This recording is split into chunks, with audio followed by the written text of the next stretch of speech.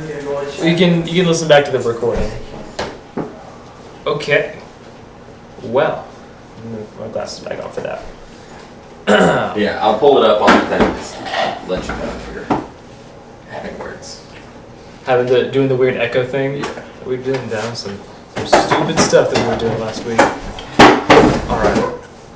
We're just waiting for it to show up on Twitch. I keep forgetting to give you this stupid thing. Hey, we're good. Just waiting for it to show up on. Wonderful. Wonderful. Welcome. Let me go ahead and I'm gonna some behind the scenes stuff.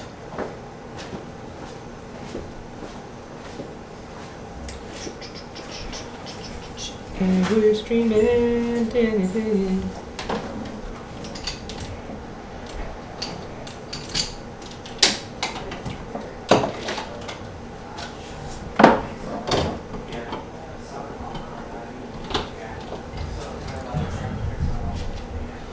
There's that. Give me a sec to find you. Charger.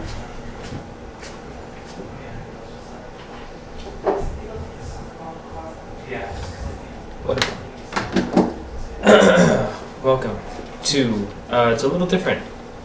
We are actually not doing Amnesia Party tonight. We are doing, I don't think we actually have a name for it. Cedric Swords. That, yeah, well, Cedric Swords, but also that camera's all wonky. But, it's fine, we're fixing it. We're Here. yeah.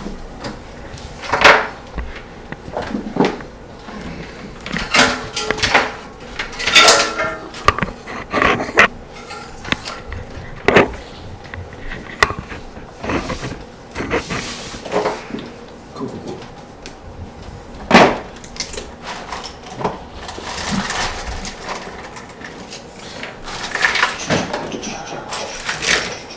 And now I have to buy a mini for Zarek. Hero Forge.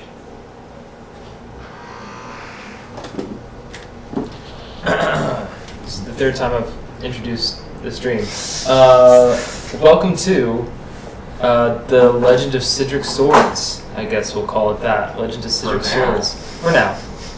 So this is actually going to be our other campaign that we've been running for almost a full year now. We are about all the characters have 6 levels under their belt. Some of them have already started the multi-class, so whenever the players get back to the table in a little bit, we'll go through and introduce everyone. But I'm going to take this time to, if you have not seen any of our other streams or recordings up on YouTube, I'm going to go ahead and introduce myself again. My name is Brandon. I'm going to be the DM for The Legend of Cedric Swords. Yeah, we've been going for about a year now. We're all just a bunch of coworkers, and we thought, you know what? We are so far into our other campaign. Let's give that a shot. Let's try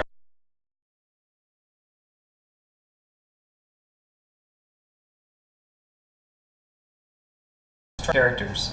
And don't worry, for those who are worried that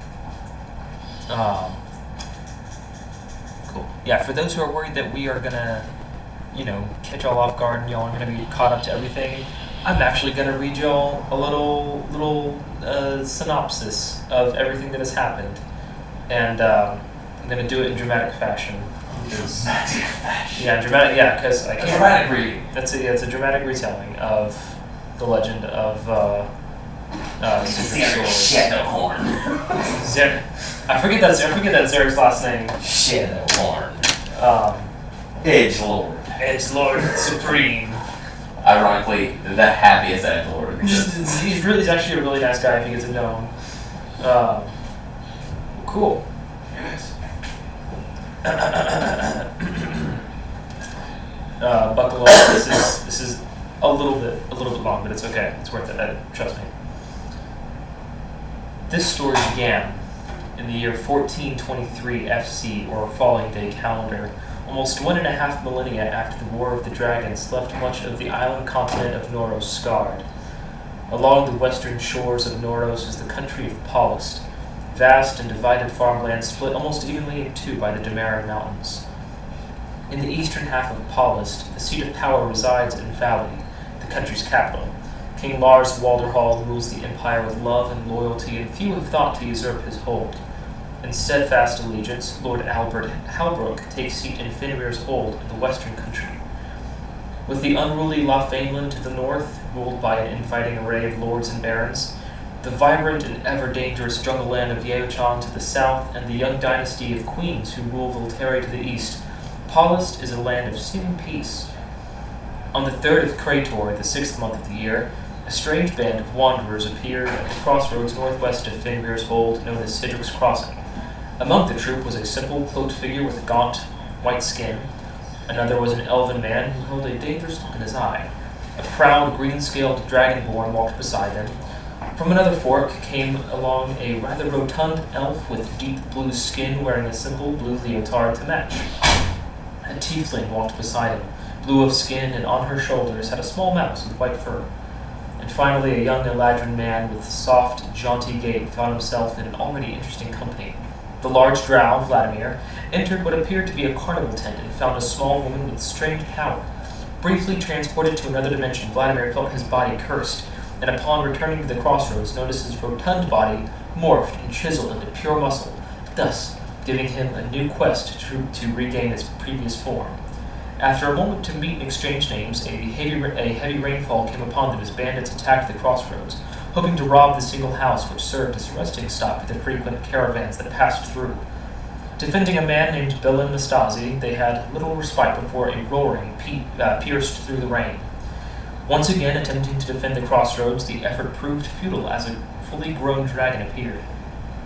Giving fight to an air elemental, the group was quickly overcome and would have faced utter devastation if not for the dragon's sudden disappearance. Spotting a lone figure on a cresting hill, the group was left to ponder this man as a man named Simon Sealdev arrived, bringing aid and offering an escort further along into the town of Calhaven. Simon, a young half-elven man, explained he was one of the Council of Five, an oligarchical group that held governance over Calhaven. He himself was the owner of the Calhaven Trading Company, a large and prosperous organization. An immediate sense of urgency took the group as one of the Royal Guard was seen being carted back to the barracks in seemingly poor condition. A quick inquiry revealed Commander Halivard's own son was the victim, and his suspicions fell on the Royal Guard known as Tristan. Through their investigations, Tristan was discovered to be a mole looking for the notorious Friends of the Hills, a bandit group that frequently clashed with the Royal Guard. Tristan had broken from both ranks in search of the Godhammer, a fabled weapon that appeared draped in mystery. Soon after, the group met the rogue Malachi, who shared a similar connection to the Friends of the Hills with the Elven Ranger Demetrius. With Lorn, the Eladrin Ranger, deeply infatuated with Tristan, and the group needing to question the young man, they staged a setup near the docks of Calhaven where Tristan was suspected to be boarding a ship. Sure enough, Tristan did appear, but the Friends of the Hills would not so quickly forget his treachery. Coming face to face with the leader of the bandit group, Reynold, and his lieutenants, the group quickly sprung into battle. Saving Tristan's life and doing away with Reynold and his lieutenants, they faced the choice of returning Tristan and to face justice in Calhaven, or board the ship with him and go after the Godhammer. Lawful heads prevailed as Tristan was incarcerated and awaited trial in front of the Council of Five. Throughout the investigation, the Dragonborn Badger found himself in the personal employ of Samara Kashai, a wealthy business owner who also sat on the council. Badger found himself playing both sides of a feud as he became smitten with an elven farmer named Kira. The group also ended up in Thickwater as a botched infiltration of the nobleman Percy Acklepon's manor led to a fight. Percy changed form and began slinging spells, though with quick thinking the party managed to kill him. Lorn searched Percy's bedroom and found a doll that had the strange habit of following him around. The group also took a valuable purple cloak and Percy's sword before quietly escaping the manor and letting the Royal Guard investigate their shadows. Around this time, the gaunt-looking monk, known as Zarek, found himself in communication with the deity to which his order was founded, Oroshanal, the god of the desert and shame. Through visions, he was told to discover a tome lost to the ages in hopes of restoring Oroshanal's split souls. The mystery would get deeper as bequeathed to Zarek was a small shard of glass with unknown magical properties. Simon's friendship with the group led to a favor being asked. Simon entrusted to the group a small necklace with the bust of a small bronze dragon hanging as a pendant. Demetrius bravely bore the necklace and shared in Simon's curse. The group then sought the curative prowess of Brother Olberog of the priesthood of Coir, the god of wishes and messengers. Traveling to the outskirts of town, they were disappointed to learn Olberog had gone to Kosh, to the south, to attempt to heal a young boy. With the group making their way south, a few nights of rest allowed for several of the members to witness a large movement of Red Cloak troops making their way along the western thoroughfare, northern to Calhaven. The tiefling, Remedy, along with the others born in the Empire, recognized these as the bulk of the infantry in King Lars' army, though commanded by Lord Albert and Fenrir's Hold. Upon arriving in Kosh, more troops could be seen encamped along the northern and southern fields. The search for the boy and Brother Olberog proved difficult, though a new alliance seemed to be forged between a group and the figure referring to himself as Garwin the Alchemist. He revealed that he was the figure they had seen on the cresting hill that had banished the dragon known as Kalai. The dragon-born Badger understood the tales of Kalai's returning to be a grave sign that dangerous forces that had not stirred since Falling Day are now returning. A brief scuffle for show between Remedy and Zarek against Commander Galagon Telligan, a high elf and fierce fighter, led to mutual respect. A friend of the party, Amit Pet, disappeared into the camps as the sound of horns and shouting rang throughout Kosh. Commander Galagon ordered the group to defend the West Bridge as she sped off further into the fray north of town. A thick fog set in, as was custom along the Pale River that ran through Kosh, and a group of bandits led by a Minotaur led an assault on the bridge. Vladimir's quick use of ice spells froze the punctured edge of the riverside and stopped water pouring onto the streets as the party managed to repel the attack. The thanks of Commander Galagon were bittersweet as the group discovered the camp north of Kosh had been utterly devastated, with hundreds of Red Cloak soldiers and bandits alike slain. With the immediate danger past, the group found Brother Olberog and the boy, though not in the best of states. A small explosion emanating from the boy created a magical orb that drew the necklace, still around Demetrius' neck, upward and ever closer to the field. With Demetrius in the air, the orb and necklace touched, causing both to disappear. The boy was safe, and the necklace unaccounted for. Brother Olberog thanked the group for their assistance, though more questions arose than had been answered. He accompanied the group back to Calhaven to deliver the news to Simon, though upon their arrival, Simon was nowhere to be seen. Commander Halvard began an investigation, though not much was left behind to tell what had happened. The group decided it best to inform Samara Kashai of their theories and question her connections to the mysterious Percy Acklepond, and she suggested he might have ventured into Fenrir's Hold. Seeking an expeditious journey back to Kosh and a boat ride upward to Fenrir's Hold, the group, then calling themselves Citric Swords, was permitted a ship to travel along the coast. However, none of these swords had experience helming a ship, and with limited funds preventing the hiring of a crew, they decided to set sail on their own. Taking 4 hours and 1 afternoon to do donuts in the port of Calhaven, they eventually found the hang of things and made it to open water, naming Zarek as captain. The inexperience of the captain and crew led to the ship veering off course and extended the journey further than they had anticipated. Along the voyage, the crew was witness to a storm giant walking in the distance during a stormy night, a ghostly city that hovered above the waves, and an island at which the crew decided to make port. On the island, the swords discovered a gated grove with an elaborate feast prepared. Sensing danger, yet proceeding anyway, they were quickly attacked by a band of dryads and Galabdur. One dryad lured Lorn further into the island, breaking from the swords and disappearing. The swords eventually retreated, unable to save Lorn. Counting their losses, they set sail once again. One night at sea, the swords encountered a merchant vessel and decided to engage in some midnight shopping. Accidentally discovering the deck of many things, the night spiraled out of control as the luck seemingly poured a bounty onto both crews. Splitting several tens of thousands in jewels and treasure, the ships parted ways amiably and with hopes of future partnerships. The swords did, however, retain the deck of many things. Eventually making their way to Kosh, the swords found themselves laden with treasure, manta ray meat, and the need for a small vessel for venturing upriver.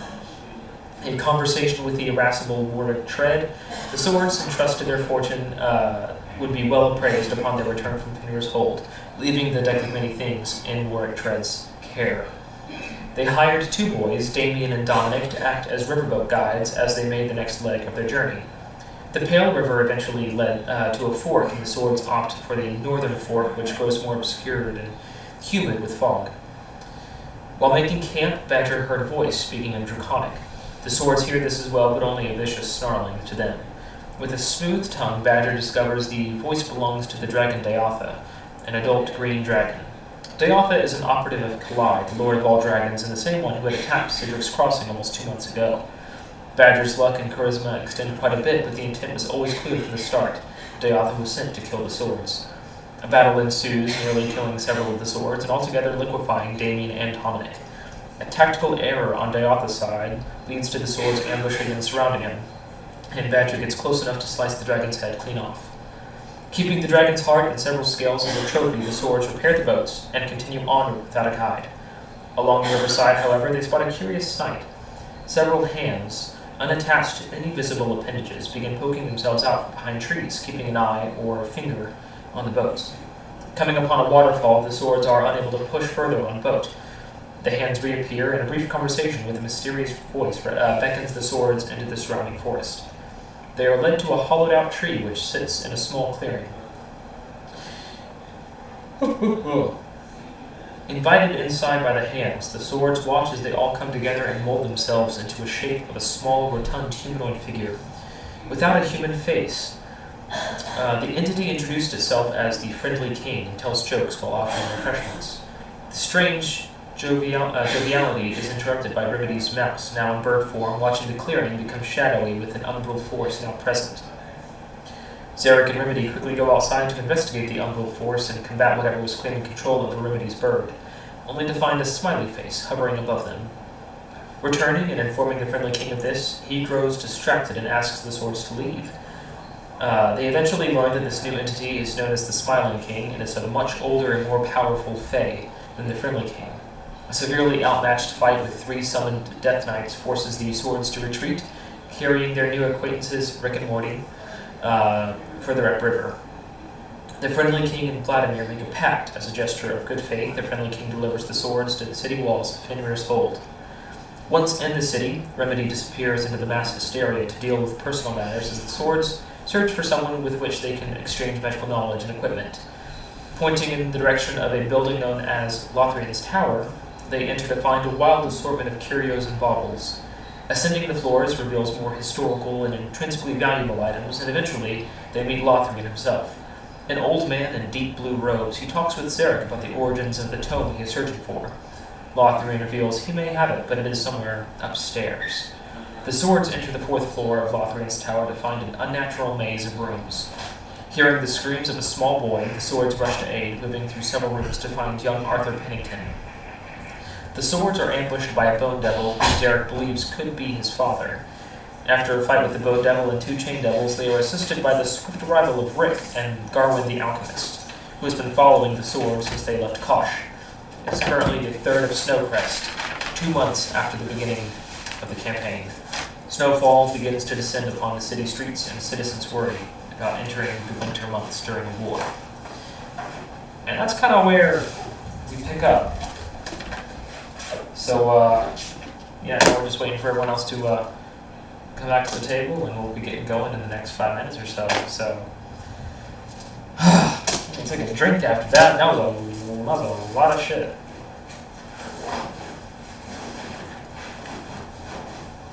You do still have Tristan's cloak, yeah.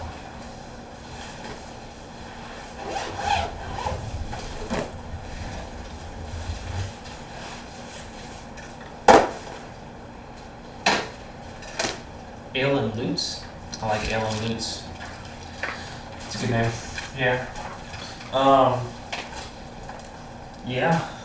No, I'm excited to broadcast this particular story. I think we've gotten to a really good part of it, and a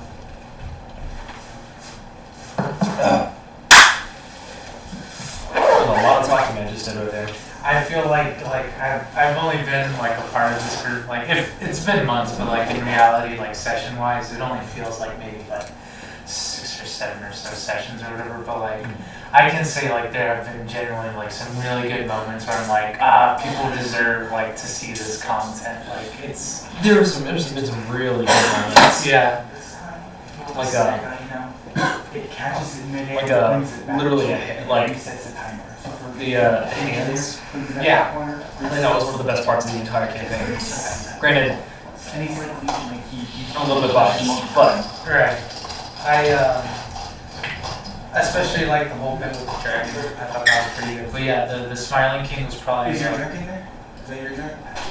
probably a drink at all.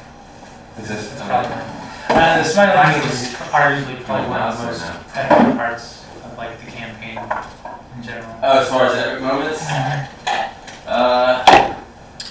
mine's a toss up between talking to whatever the fuck I talk to and the smiling and looking. That is. okay. Okay. So we're gonna have 2 more people join us throughout the evening. But yeah, we're gonna go ahead and jump into it. Does anybody want to drink real quick? Refill? No, I'm good. I'm good for Yeah, one. yeah. So, I'll wait till you get to the table. It's kind of a dick move. Just, I'm gonna jump back into it while you're all You're doing good. this I can hear. Heavy ears. thing. Make a dexterity check? Make a perception. Or perception? Yeah. Make a perception check to see if you hear from 15 feet away. Make some kind of check. Natural 20. Okay. So, picking up where we left off last night.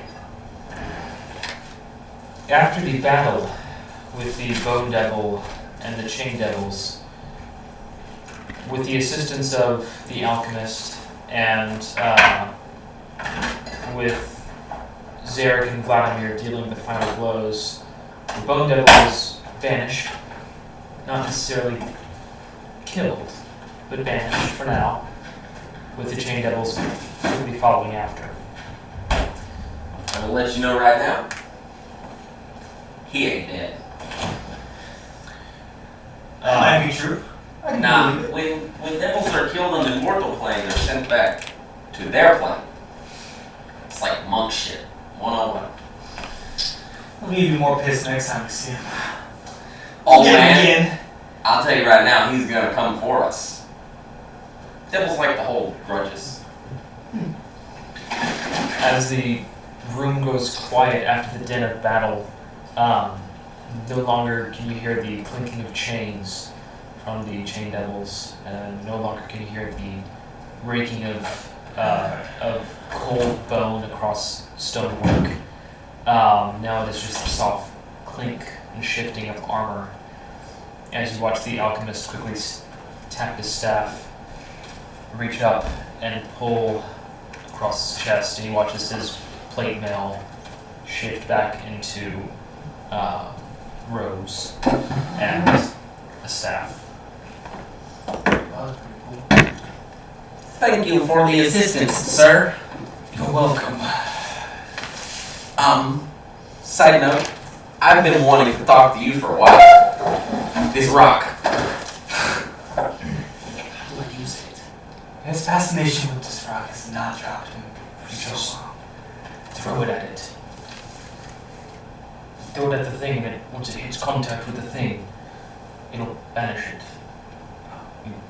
It's that simple? Didn't realize that I thought it was like magic.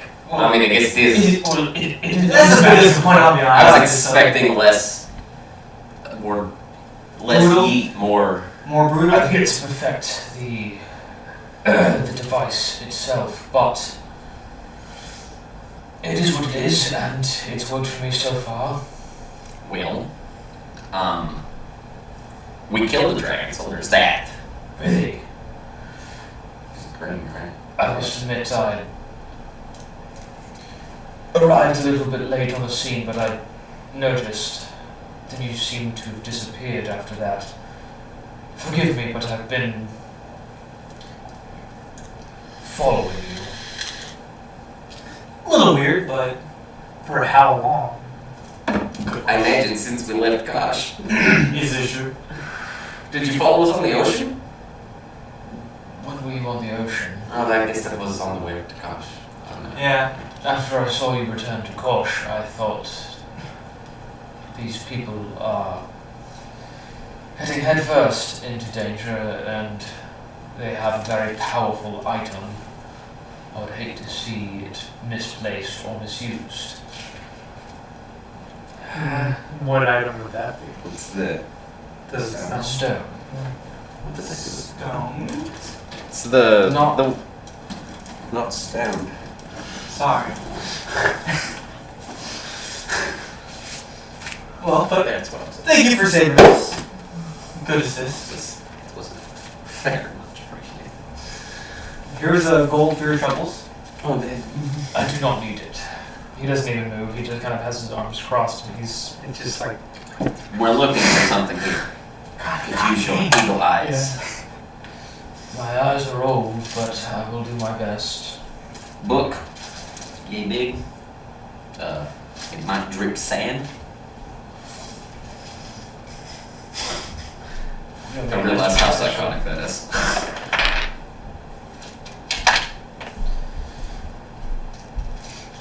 I have seen what you are looking for. Here? Further up. How? What do you mean by further? Yeah, you were gone. So we're in a tower. yeah. Oh, So is it like when we did it before we went into a dungeon? We were in this dude's house and he was like, oh yeah, I think I have it. I think it's upstairs. And then you went up the 3 steps. Oh, okay. And then we went up Okay. and now we're in a dungeon because this dude's top attic of his house is just... Yeah. Do you remember how high up? It is on the 7th floor. My dude. And believe me when I tell Are we you, on the 4th right now? this is the 4th floor. Okay. Believe me when I tell you, it has taken me many, many years to get back. This was a while ago. I was here inquiring after a few components that I was needing for these stones, and Lothrian was kind enough to let me venture forth into his madhouse, and back then there was a map. Unfortunately, that was lost on the 5th floor on my way back down. Convenient. Only. But it's okay. We can handle this because we're called. Cedric Swords, but I don't know if we can handle this. We can handle this. Bless you, geezer. Oh, thank you. Would you say we would be able to with the 6 of us? Question mark. It's on here. 3, 4, Yeah, the 6 of us. With the 6 of us, would we be able to get up there? Not safely, but semis. Returned at a reasonable time. I have been who I am for decades. Without that experience, I would not have made it past the 5th floor. A group your size, with the prowesses you possess, potentially, there are dangers, and there are different worlds. Once you find the doorway to the 5th floor, it's not so much a floor as it is a desert.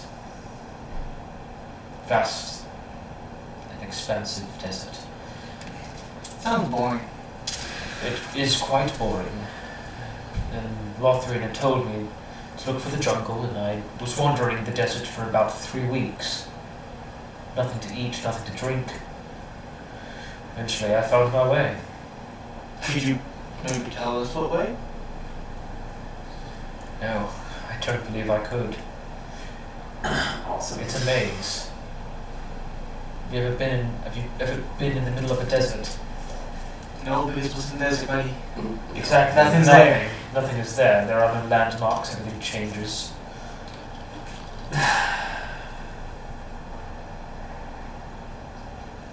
I am defeated.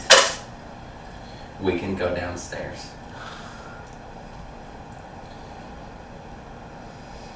I do not say this to dissuade you. only to temper your hearts. I'm just gonna go downstairs and buy food. Maybe we should gather our resources. Well, I have this check. I think we should go cash in this check. And then we should go get some supplies. Because I think we're gonna go on a trip. And our great rocket ship. Sounds like a good idea. Okay. I should also mention, how long have you been in here? Give or take 40 minutes. It will be different for you. I know not, but it will be different for you. Like when we leave. Wait, what's that? It's RNG. He turns. Yeah. He's walking Cool. out. Yeah. Cool. Thanks. Awesome. Well, that guy was spaz. Yeah. Anyway, Okay. Still standing there. what's the plan, boys? Because We will push down. Or we'll Push out. we're going to go the way we're supposed to go. Just not at this exact moment, I don't think. I don't okay, exactly have fair enough. yeah, we don't have food. If we're really gonna walk into the desert, we're gonna need food, we're gonna need water. Camels. Please do it. Please bring camels through this dungeon. Camels. We'll see. We'll see if we can find any camels. We'll see about purchasing them and I'm gonna lay mine Larry. Larry the camel. I like it. Okay. Well, I guess we'll follow Sir Gavin. Turns around, he begins walking back, and eventually he leads you through the dungeons. And Oh wait. We're still balls deep. Like, Nah, we're here. Yeah. We're going back to the exit. Unless I had that backwards, but so he's just about to leave us, right? yeah, he's about to. He begins to turn to walk through the door. Not this now. room. Yes. I think it was just Yes. What? It's one of these rooms. one of these two rooms Uh huh. is just full of crates and boxes and chests. Both of them. Mm-hmm. Should we take time to Well, see, but it keeps. ushering us out? Well, you know, there's some people who aren't there to control their peoples. That's true. Yeah, we'll just go ahead and leave. I don't feel like juggling 5 character sheets. Lead the way. Eventually, make your way back to the central room that you had come from. The trapdoor is still there. You still see the dead corpses of the bugbears that you had slain whenever you had first entered. I killed him. So you open the hatch, make your way back down. You find yourself once again in Lothrian's 3rd floor. And going ahead and describing it again for the sake of the stream. This floor is a bit of a mix of a pyramid and a cube. Some of the top edges of the A cubamid. yeah. A cubamid! It's a very unique architecture that seems to be at odds and betray the outer edges that you had seen whenever you had been outside of Lothrian's tower. Oh, Mark, be careful whenever you move your stuff because you're. Oh, my bad. Yeah. Oh, you're fine because we're not really using that one anymore. But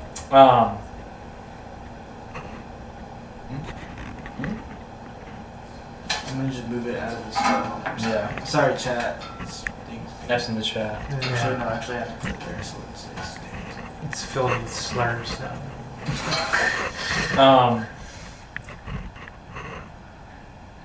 Yeah, that's fine. Dude, I don't know what's happening. What did you do? Dude, I really don't Get- know what I did. Like, Give Go us- on, get. I wrapped Give us the some cord stuff. around the edge. Or around the. run the hourglass. Yeah, that way it doesn't have any tension on it.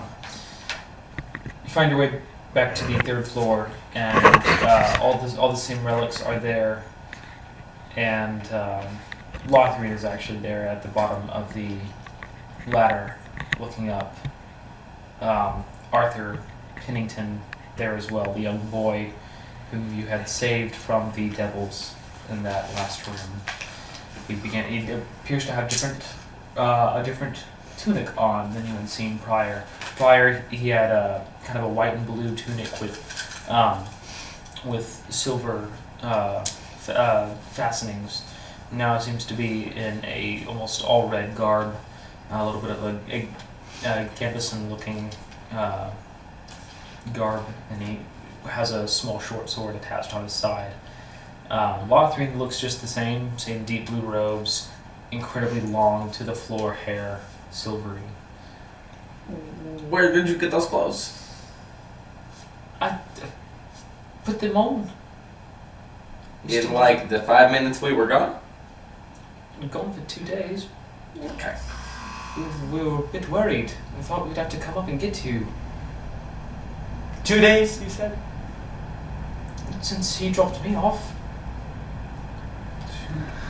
Apparently it was 2 weeks before that. So, That puts us at about 20 minutes to a day. yeah. Fuck. Lothrian just goes, I should have mentioned, No, you should have. you have been gone for 22 days.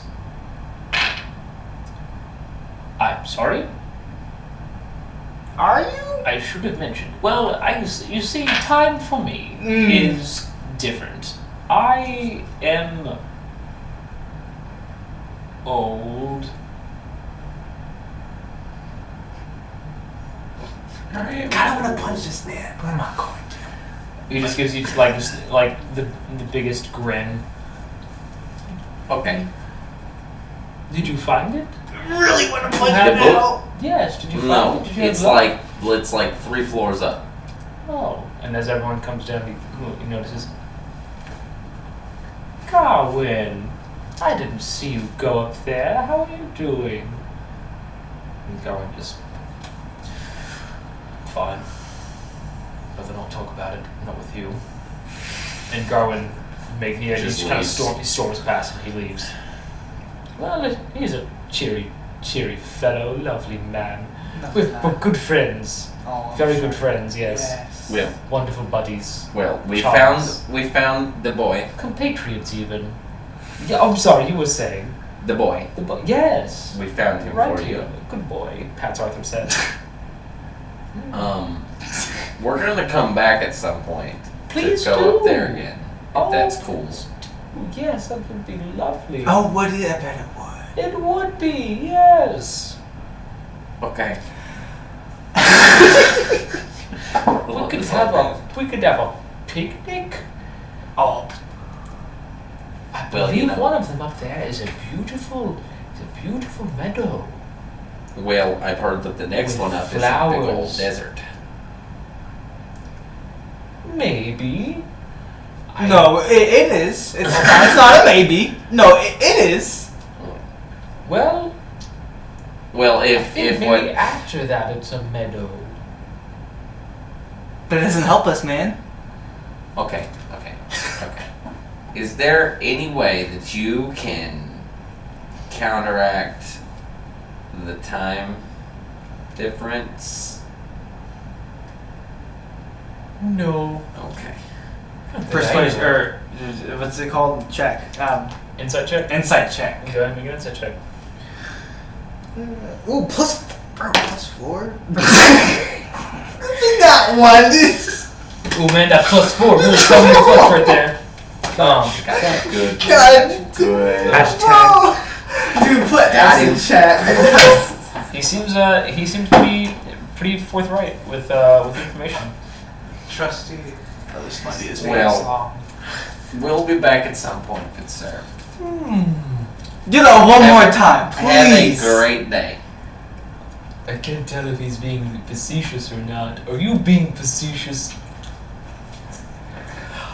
I'm just gonna walk away. Just gonna walk away. Oh, what Now a we'll charming wrap it. fellow. chums, as everyone's kind of walking away, he's just talking to himself, and Arthur. He's just going. Arthur just It's kind old of fucking. just standing there. As you make your way, are y'all heading Yeah, down now? we're heading out. I've got places to be now. We've apparently been gone for 22 days. We have an expired check to cash. I have a paycheck to grab as well, but that's also. That's like, That's dude, so you far have away. no idea. We're not going back there. Not right now. As you make your way out into the second floor, first floor, and out the door, bit of snowfall. Okay. What the fuck is this shit? So a little bit of snowfall that begins to slightly drift over the city, and notice something immediately different. Whereas whenever you had entered, there was a bunch of commotion on the street. The masses were out and about, attending to their daily chores and shopping. There aren't too many people out on the street at the moment. It's best your guess. It's about midday. Can I snort the snow? Yeah, you collect a little bit and kind of. Can I make like I want to make like a fat line like on my arm? You're more or less snorting water, so you're gonna be choking on it. But yeah, Alright, I'll just do. kind of cough up a little like water gets caught in your throat and you have to cough it up. I just belt. Beautiful. I mean, that's snow for you. Yeah, and you do see a couple of heralds. I feel hydrated. That are beginning to actually they're not yelling anything. They seem to be nailing up some signage to a street to a post opposite you in the plaza that you're in. Oh, I'm gonna go check out that. I'm assuming it's like a board or like. A little bit. It's more. Yeah. It's about the size of a piece of paper. Gonna go look at that. We've been gone. The herald looks around and just kind of notices you. No, I have my hood up and everything. I'm good. Even still, noticing Oh. a group of about 6 people walking towards him, he quickly scurries off. Oh, wait. Okay. Can I run after her? Yeah. Oh, I'm asking them. I'm like, should I run after him? No, Alright. he's probably skittish. I was gonna tackle the fuck out of him, but it's okay. It would not help his skittishness. True. It'd be funny though. But that's just man. I like tackling people. What do you do now? Get some food or? Well, I was gonna look at the board and see what was on it. Okay. You see at the very top an ornate engraving, or not engraving, ornate flourishing penmanship. It is it says from the office of Mayor Kierkegaard.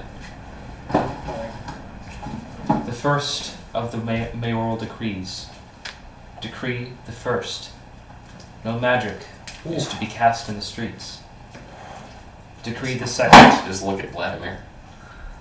Shit, boys! I don't think I can do this. I'm out of here. Listen. Chill. It's okay, Black. Decree the second. No sale of magic or enchanted items unless given written consent through the mayor's office. Oh, that's BS. Kissing my dragonborn balls. Decree the third. Association with the Lastarov rebellion is strictly forbidden, punishable by death. With the Lastarov. L-A-S. I need to know about this rebellion. Oh, I forgot I might have a minor healing. Lastrov. Association with the Lastarov rebellion is strictly forbidden, punishable by death. Decree the fourth. Magical items purchased prior to mayoral decree the second must be registered through the mayor's office within the fortnight or else be jailed and fined. Was that the one he just hung up? This is all of them at the same time. Okay. Yeah. Decree the fifth. Any information regarding Simon Sealdove or any merchants traveling under the ownership of the Calhaven Trading Company and the Smiling King must be submitted to the mayor's office. Well, isn't that convenient? Don't raise your voice. You're right. it does echo a little bit in the cold, and without too many people on the streets, your voice does echo a little bit. We are in the most precarious of positions right now, because we are in fact all of these things. Is there any more? Is it the last one? That is the last. Okay. That is the last of these Okay, boys. decrees. Okay.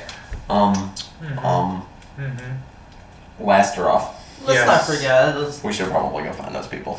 They're probably our only allies at this point. what do you think they are right now? I say let's go to the most dangerous part of town. I think that's our. Wait, the guy who Vladimir. What was his name? The kid, shirtless. Topless Keith. That's it. Take us there. Okay. Thank you, I Vladimir. don't like that little piss boy, but all right. No, we need him to be our friend right now. Please listen. Listen. Let me You read punch him. those. Let me punch him in the You read face those, just right? once. You read those too. I mean, yeah. We need to find these people and we need to be nice to Topless Keith. All right, but Shirtless Dan. if he calls me piss boy. He's going to call you a piss boy because you always call him a piss boy. But you're just going to have to tell him, listen, man. Right now I'm going to have to be the piss boy because I got to ask you a favor. God damn, that was inspiring. Take us away, piss boy. Not you too! And with that, he turns in a huff, and Vladimir begins leading you back through the streets. And you're still pretty close to the district that you were in almost a full month ago. So this name, real quick. This is the name that, before we went in, that they were decreeing was going to become the mayor of Fenrir's Hold while Homie Dude was off doing the thing, right? Yes, you do recall. Yeah. Cool. Yeah. Great. Vladimir leads you through, and eventually you find yourself coming to a familiar sight. Everything here has a small film of snow on top of it, maybe about an inch deep in the streets. You do see a few people going through and sweeping snow off, pouring salt on the steps, doing everything that a city would need to do to prepare for a cold winter. And you find yourself outside of Topless Keith's mother's house. Alright. A moment passes and eventually... Hello? What are you doing? Is What Topless the Keith fuck are here? you boys doing? Shh. Get inside. Get inside. Thank you. As Topless Keith, who is not actually topless, Yeah. Just the name. his name, leads you inside. You enter what is essentially the common room of the house. On the break, I'm gonna down like so many of those. Those are too good. I got you, dog. I got you. And you find yourself in the common room, and you see what appears to be an older woman, maybe your best guess in her mid-70s or so. Emily Gray. Yeah, sitting in a kind of a reclining back chair, feet up in front of the fire, and she's knitting what seems to be just like a 30-foot long scarf. Mm-hmm. And they just, Well, hello, ma'am. Who are your friends? Oh, hello, boys. I see you like to knit, don't you? That's so Oh. cute. Thank you. This is a sweater. It's really, That's that's nice. Thank you so much, You boys. said it was 30 feet long, right? yeah, it looks like just 30 feet of just like She just maybe never up to- stopped knitting. Yeah. Just, She just kept a going. long- Out of curiosity, is it like at the part that's close to us? Is there like little arms and like a head? And then, No, like it's just after that, it's just the longest tail you've It doesn't ever even seen. have any. It's literally. It looks like a scarf. It's just like a piece of woven material that knit material that she just keeps going to have had. Should be done soon. Oh, is that so? Yes. It's Very it's cute. very nice. Thank you, boys. I pat her on the head. Oh. Anyway, you boys have fun. Try not to set Yeah. fire to anything. We won. Don't worry. That was a joke. Anyway, And Topless Keith is like, That's mom. Oh. That's my mom. No. Sorry about that, boys. It's you know how it can be. You know, it's not really easy having a, to stay at your mum's place where it's hard being a criminal sometimes. Yeah, we get it. But I understand. not. Okay. We have a couple of questions. Well, I have a couple of questions. What the bloody hell have you been? Okay, so when we left here, we went to Walgreens. You know the crazy old man? Lothrian? Yeah. Yeah, fucker. We went to him. Okay. We went to him, and then after we got to him, we went in, and he let us go to the 4th floor. And apparently, Let's go to the 4th floor. apparently, when you go to the 4th floor, time moves at about like 50 times the pace. Shit. So we That's were pretty in there fucking for like an hour and 15 minutes, and it was 22 days. Whoa! His eyes go like twice as big, and he's like, That's pretty fucking gnarly, man. So at the current moment in time, you have a lot of questions. Oh yeah, no, I'm sure. First question. Yeah, what's up? This Lesteroff Yeah. rebellion. Oh, fucking. Those bloody blanket. Listen, I didn't sell them anything, okay? If anyone asks you, I didn't sell them anything. They just came in, took all the shit, and I didn't house them here. You can't tell anyone that. Don't believe it. No, I wouldn't betray the Empire like we're that. looking for them, like Inside check. at the current moment. Yeah. go ahead. I'm just fucking talking to the I know. That is a 23. 23. He looks pretty terrified at the moment. What exactly are you trying to glean? If he was telling the truth, if he did he sell it or did they just take it by force? Yeah, it looks like he's fronting. It looks like he's probably been, helping out the rebellion. dealing on either side to make a buck. Look, I know a thing or two about being against an empire, and you just fit the description of the type of guy that would do exactly what you're talking about. It's not that, look, it's hard to. I can't, I'm not a labourer. Listen, I can't do that The shit. rules that they just put up on the board out there, Yeah. those rules are made of bullshit. That's And I'm totally assuming this Lesteroff rebellion people do not like these rules and are also wanting to do away with this mayor person who is doing a fuck up. Well, it's a little bit more politically involved than that, but I don't know the ins and outs of it. I'm on the ground floor. I just equip him. You got a little Rocket. I just came in, asked if I could supply them with some simple swords and things like that, a couple of shields, maybe a helmet or two. I don't have any political connections or aspirations attached to the Lesteroff. Alright? I just wanted to make a quick buck. I don't know what the fuck is going on. I couldn't even really put you in the right direction. I mean, got to Benivitz maybe, but that's, other than that. What was it?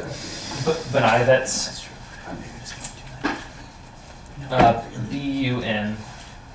Buniavets. Benivitz. It's a town north of Findershold. So you're saying you're just a pawn in all this. You have no vested interest at all. Yeah, no, I don't want to get fucking. If someone finds out, look, I've got everything to lose. They're not gonna, make me some hotty totty lord for doing all this shit. I don't want to do that. I just pull out like all this magical shit I have on me. I'm like, listen, buddy. Bloody fuck. Do you see these people who are in here making these rules? Oh, Fuck their rules. If you think that these people don't want those rules, I will help them because I can't come to this town with it like this. Also, do these rules expand past this town? it's Like not- if I go to Kosh, are these rules still in effect? Look, I couldn't tell you. I mean, I have a guy. who's Inside working- check. Just make an inside check. I guess it doesn't matter. Yeah, right now. That's 10. 10. Yep, he seems to be. I mean, at this point, he doesn't seem to be lying to you. He doesn't seem to be. It doesn't look like has any vested interest in. He's brought you in.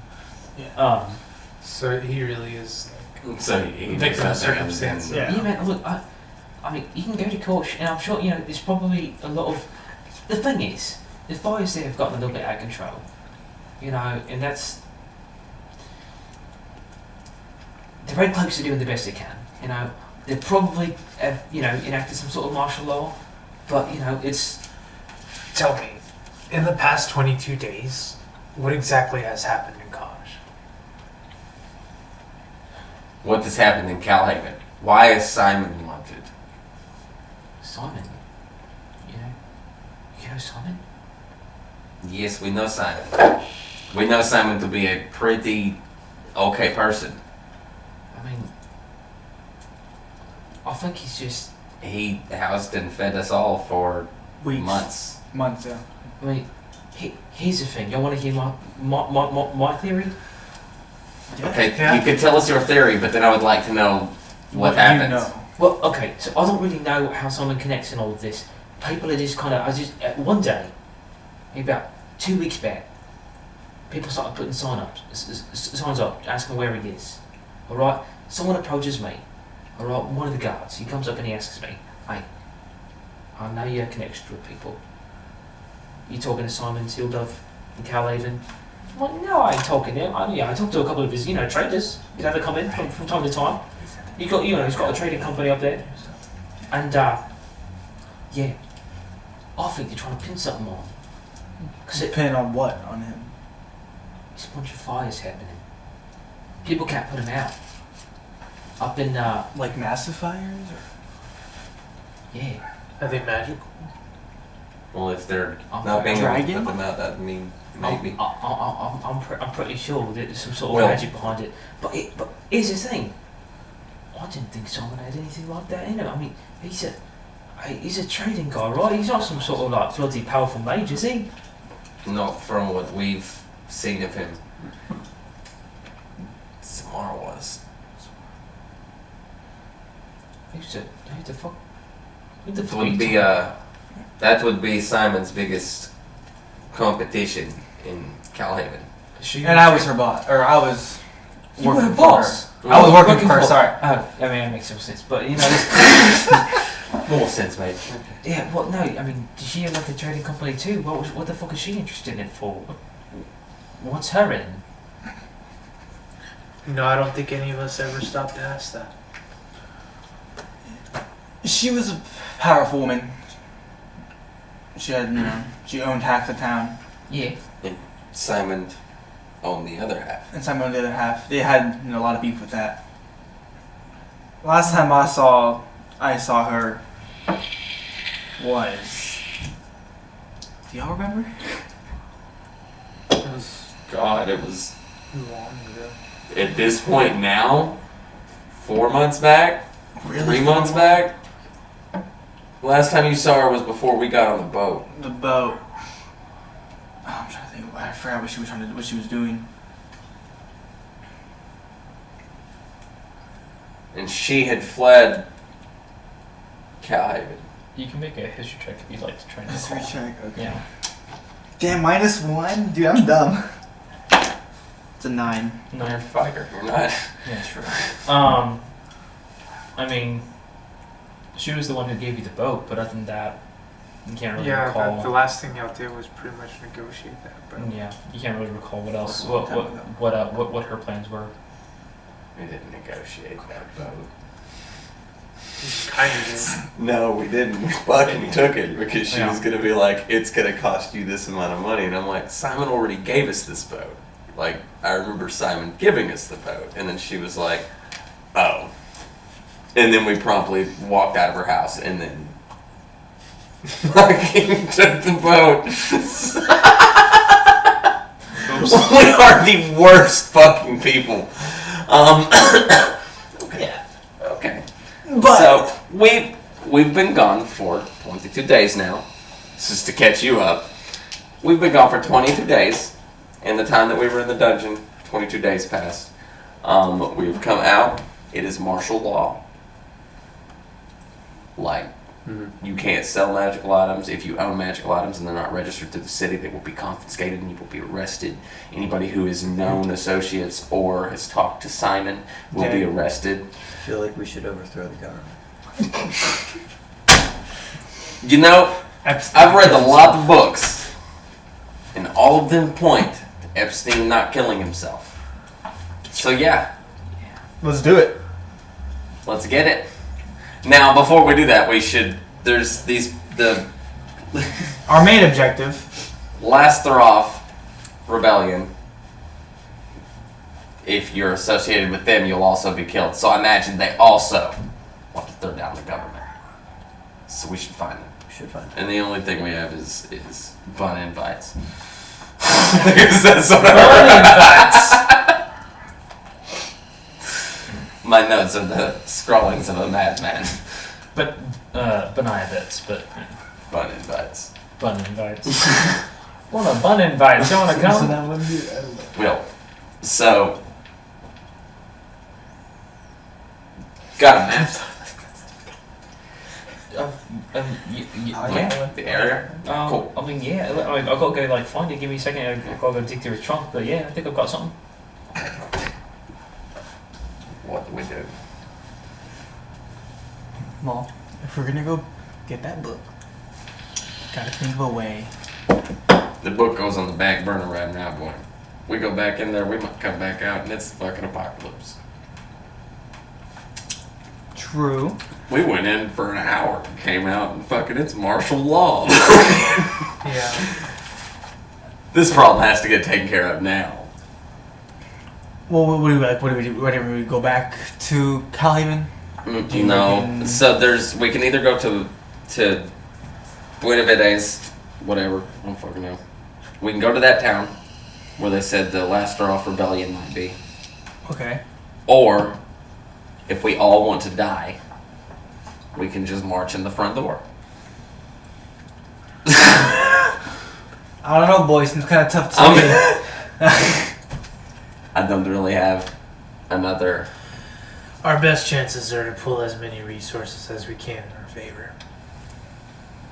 We Okay. need weapons. Maybe more weapons. Topless Keith comes back real quick into the room, and he does have a large map, and he kind of sprawls it out in Black front market. Okay, so on this map, of you. Fenrir's Hold to Calhaven. How many Um, days travel? 2 weeks. Shit, dude. Fucking hate books. Fenrir's Hold To con. to Bun Invites. About 3 weeks. 3 weeks? It's a long. It's North? It's a long march, Dude. or at least walking. If you were to get horses, it'd be cut in half. Following me. How are we gonna get horses when? Okay, we got one horse, technically. Bojack. Well, actually, no. No, we don't have Bojack anymore. Yeah, Bojack is like back in Calhaven or something. No, we gave them good money to take care of that horse. God damn That it. motherfucker. I don't know if you did. And we did. No, we Yeah. did. We You give did. him. How much did we give him? I think Like, I think we gave them couple like a plat- platinum or something. yeah, we were gave like, them here a you go, few. take care of the horse. Yeah. We'll be back. We'll be back fucking months later. Yeah. Listen, man, like, you You don't understand. The average person in Dungeons and Dragons, like Connor, lives on like 5 silver a day. Not even 5 silver. That's balling. Yeah. You're balling at 5 silver a day. Took a few copper. Yeah, a few coppers is what a Connor lives on.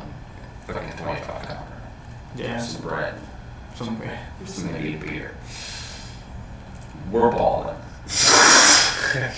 Give a guy platinum saying like you can fucking retire tomorrow. Man. How you feeling about that? Okay. We have the option right now of this check is worthless. Nope. Yeah. Is it- Well, we can ask. It's assigned to be taken to Commander Halavar, who is not in the city because he left and appointed this guy the mayor. And this guy's fucking shit up. Why don't we find out where he went? Point of clarification, it was to bring to Lord Albert Halbrook, who resides in Fenrir's Hold. He was the one who was.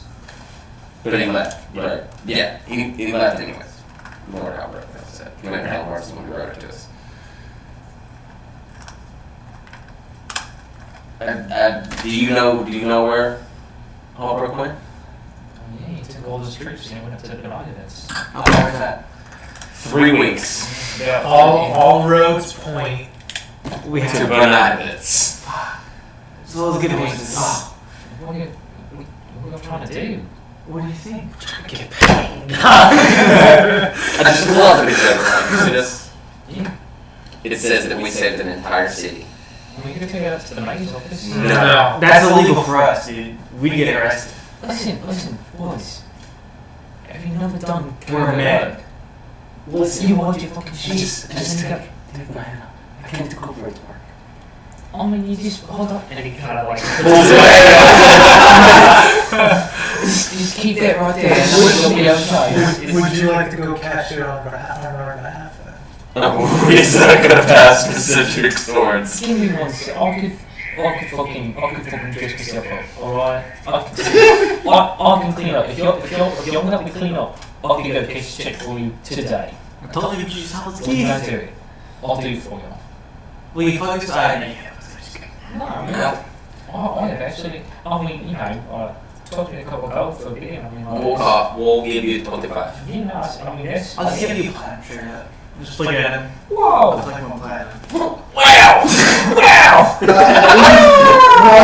He He just stares at it. He's never seen one of these. He's just like, Christ. Well, actually, I would say that because it's on the 10. But, So we're ballsy. fuck. Now, okay, we're back now, boys. What? We gotta fucking- Money tool. Yeah, I mean, hell yeah. I will gladly go and, you know, fund this and I will do this check. Cash. I know Vladimir would be like, He's like, how can you give our shit? Look, buddy, in like little over 2 weeks ago, all matured. Have you? No. no. I like to think I have, because it's a But lot you of haven't. fucking shit and it changes a man. But you haven't. Okay, so Things that matter didn't change. The point is, Nick and Harker are still the same. Yeah. Word up. So, we clean you up. Yeah, you know, give me like at least this size, you know, maybe because like you're like a reputation, right? Like they're gonna be expecting some fucking heroes, right? And like You know what? Scar, right? Given that, it would make sense that we walk up clad out in magic armor and items and literally save the city. but do you want to risk that? yeah. Listen, you get me in there, That's a deal, you know. That's, here's what it comes down to. If he goes, he's not gonna pass. Why? We can't, without giving him magic items and making him look like himself, just a total fucking god. Yeah, you're a pretty strong kid. well, okay, fuck you. But It's no offense. no, I mean, some taken, but But still no offense, because it's true. But pulling that off is going to be really hard. We have scars and bruises and. I've got a couple scars. You know what? From- Fuck it. I just pull out my disguise kit.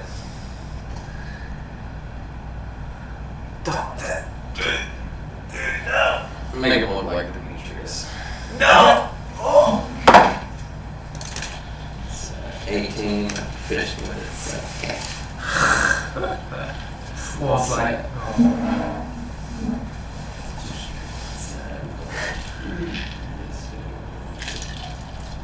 23.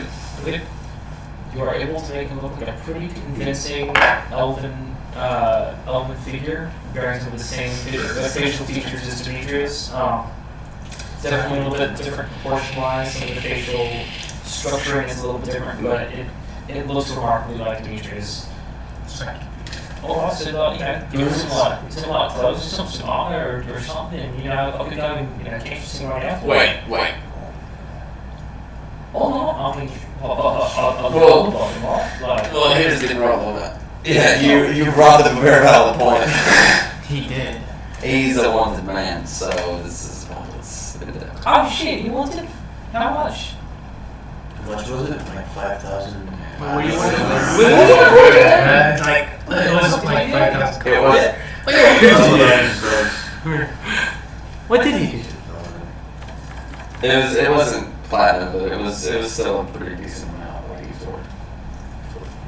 It was enough. I think it was gold. I think it was So it was like 10,000 I think it was 5,000 because Remedy wanted to fucking polymorph or disguise stuff to look like it and turn something. Well, okay, maybe round two, maybe we've got someone who's not one more criminal. Well, you know the ones against you? No, it's disguised the other. Oh, okay. Remedy. I mean, hey. Question. What if I was like you're the public face of City Souls, like you kind of like Well, keep artists in the city. well, Yeah, I mean, but you gotta understand, look, dude. it's not so much that I'm well known, it's my cons are well known. No, You know what I mean? Okay. I think it's Okay. You said earlier, God the Virgin was like, hey man, I know you can do some sketchy shit, so. actually, you know what? I did say that. So let's not. Okay, we'll just make you look like generic white man. I can do that. I can do that. No, you can't. What's your roll? That's a natural one. As you do it, you mess up the shadows quite a bit. So it has like a weird pudgy face that's not actually pudgy. It looks like it sags in some areas. His cheeks are a little bit. He looks very sick. Tell them you got fucked up, my man. Actually, you should just wash your face and just go as you. Well, alright. I feel like I've wasted a lot of your paint. But, you know, you go to wash it, you walk over to a little wash bin and you just. You know, it's once again like the good old top teeth that we know and love. Alright, so, like, how are we gonna do this? You're gonna go up there and just gonna drink a little. Was it a little Brit? Is it a little thing that's. Yeah. Okay, well, yeah, I'll take that. Cool. And, yeah, let's just go to the town hall, find the mayor's office, and, I'll follow show it to you. Good. Yeah. As, you exit, you have to almost leap over this little mound of scarf that's left over from the Right. and yes. Thomas Keith leads you up the winding steps of Fenrir's Hold, and the city is pretty much built on top of a hill. And once you get to a certain part, you can actually kind of see back behind the other edge of the city, and further beyond of the over the city walls is what looks like a very large lake that sits behind. Now actually being out where I can witness some good old nature, do I feel any sort of like new connection with it? You do actually. Yeah. You do feel as though your center of gravity is constantly weighted. I feel very woozy, and every time you take a moment to take maybe 2 or 3 seconds just to stand still, it's almost like vertigo, but in a very calming sense. As you kind of watch the world blend around you, everything just sort of clicks into place for you. You kind of ponder this as you're walking up the steps and you're looking out on the lake behind Fenrir's Hold, and you do see some different trees that are dotting the cityscape. Everything is mostly concrete, or not concrete, but stonework and marble slabs, flagstone, everything like that. There's not too much in the way of dirt paths in Fenrir's Hold. Right. It takes you the better part of about 15 or 20 minutes to get to the top of the hill. You see several large, a clustering of large stone buildings tower in the sky.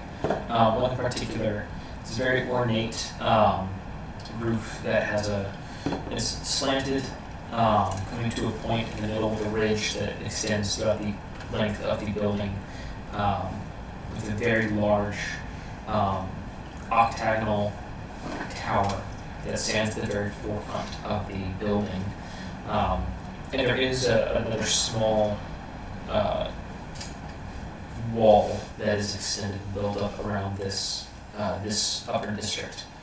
And as Totsky kind of leads you up to it, there is a small little gatehouse. As you kind of further along the street, there are more gatehouses that disappear through the bend as they disappear out of sight. But it looks like this is a fairly well guarded area of the city.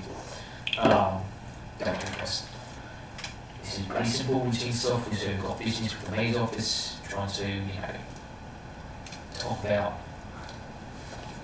something with the mayor's office, and that's only dealing with the, we are on important business, alright, so everyone, important business, and funny business.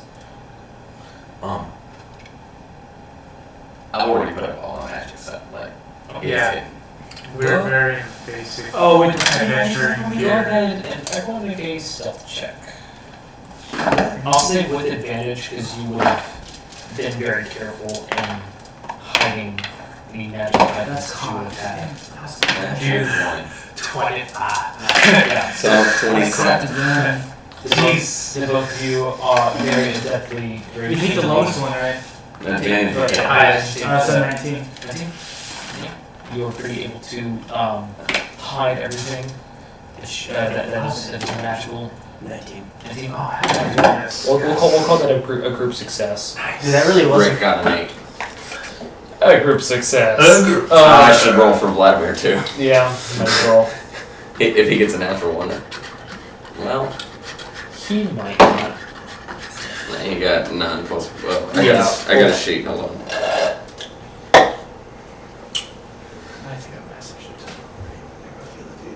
I can feel it, dude. It's coming. It's coming. I can feel it. It's 11. 11. Yeah, we'll call that we'll call that a group success. Yeah. So as you approach the gatehouse, Right. Good. Totsky is leading the way. You see the familiar red cloaks of some of the royal guard approaching. You go, halt.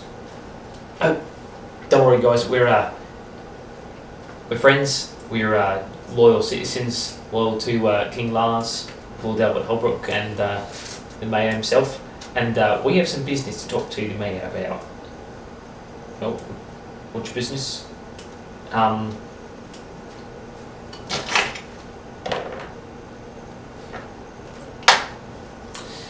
Yeah, so we're going to be, we have a bit of information regarding one of the settlements up northwest, and these fellas here, they did a pretty good job in defending him, and I believe I have here a writ from Commander Halivard himself, Calhaven, loyal and true to the crown, and I think these boys need some compensation. So does Commander Halivard. Well, we'll just have to inspect that writ. Snags it out of his hand. Good whisper.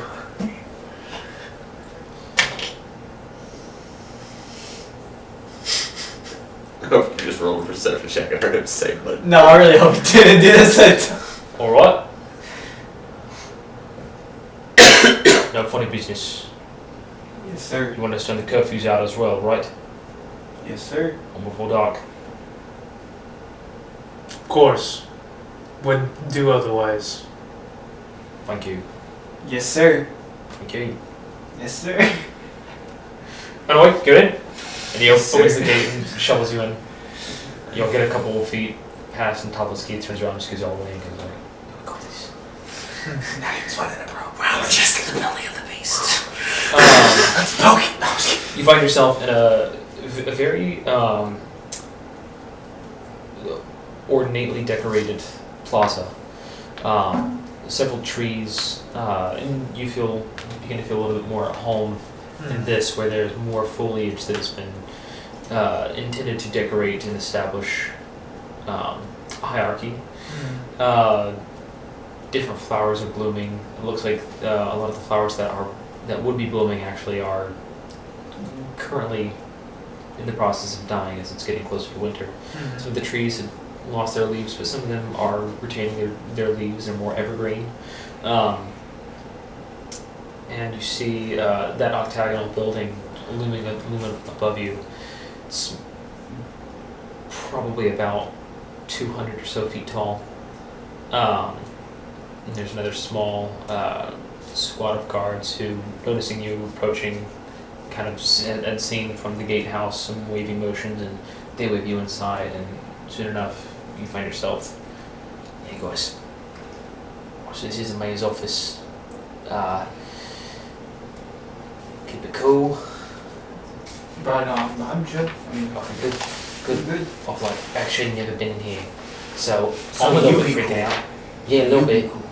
Alright, just but We should all be freaking out. a little bit. I'm freaking out just a little bit. Because we're in the belly of the beast at this point. that is true. The guy we are. Yeah. So listen, I'm just gonna say this right here, right now. If, and this is a big if, any one of you fuckers casts a fucking magic spell, I do not know you, I will run away screaming. Dear Lord, Or in that moment, if someone's trying to kill me, I do not care if someone calls me a little bitch. I will live another day, and will you? hopefully that's the goal. But I'm just throwing that out there. Capiche? Everyone understand where I'm at? I'm just staring at Vladimir.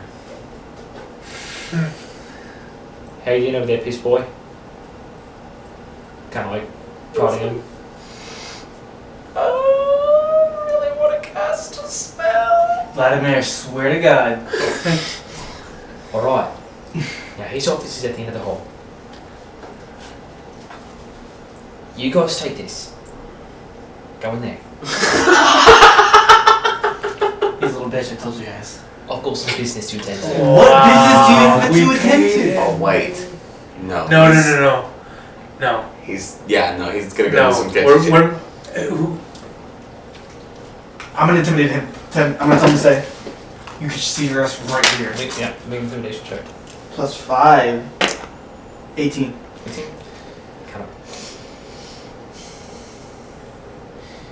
Listen. There's something I need to do. No. There's someone here I need to see. And I have to get her out. Inside check. For future reference, let's try and avoid using phrases like insight check and intimidation. Go ahead and say whatever you're going to say, and I will. Okay. It's alright. It's, Yeah, just. We're getting to that point we're where. learning, boys. We're Yeah, still, yeah. I'm still learning. 12. 12. So. He seems, I mean, he's pretty well intimidated, it looks like. It doesn't seem like he's definitely fed you something, but you're not quite sure where he's standing right now. What could be more important than this right now? I think she might be able to help you in the long run. Who Well, is she this can't- sheep? Listen, there's you know about this are better right now, okay? Why don't you go get your money? I'll meet you back at my place. It'll be fine. You know what? It'll be fine. I'm If you, I'm going to tell you this. Yeah. If you aren't at your house when you get there, I will kill your mother, and I will look for you. and I will wait at the house till you show up. You know what? That's pretty fair. I just gotta go do this, and you have to trust me. The less you know about this right now, the better. Okay? I reckon his mom, guys. He must be doing something on the up. I couldn't write his mom. She was a nice little lady. That's very true. But it'd be so fucking nice. Let's see. He doesn't know that. Anyway. At this moment, as you are in the, As we're having this whisper argument. Yeah. The mayor's office is actually fairly empty at the moment. Yeah. Doesn't look like there's anyone in the immediate vicinity. You see maybe 1 or 2 guards who are at the very far end of the hall. It doesn't look like. Wait.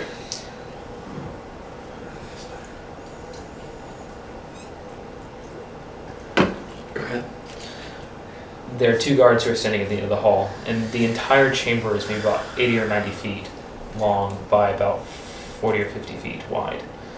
You see several, maybe about every 10 or so feet, 10, 15 or so feet, are large columns that extend from the floor to ceiling. Large marble columns, a very grand hallway, and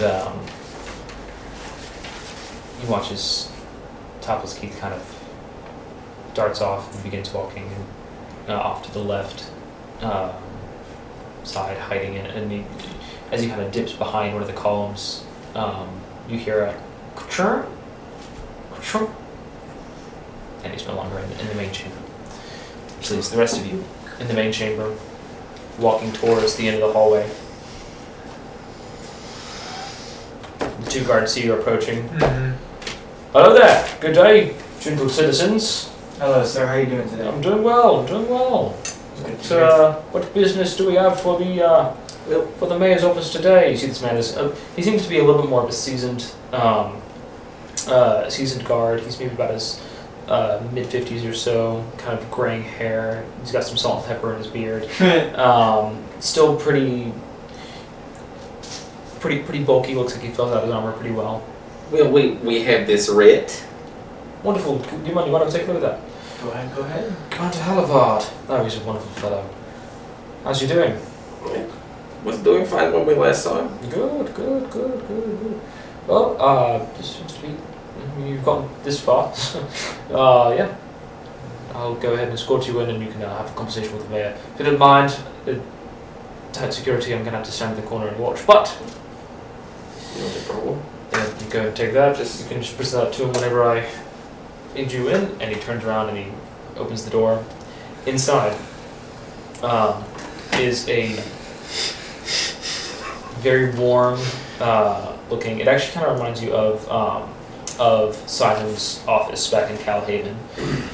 Very warm, a little bit rustic, but lots of gold, lots of brass adornments.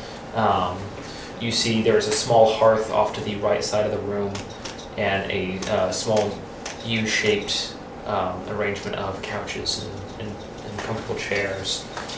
Several small ashtrays are there. A small bucket filled with ice and bottles. It looks like there are maybe a couple of glasses that are out.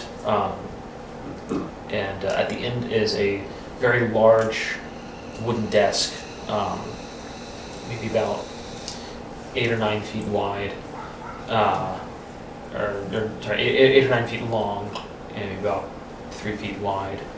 And behind it sits a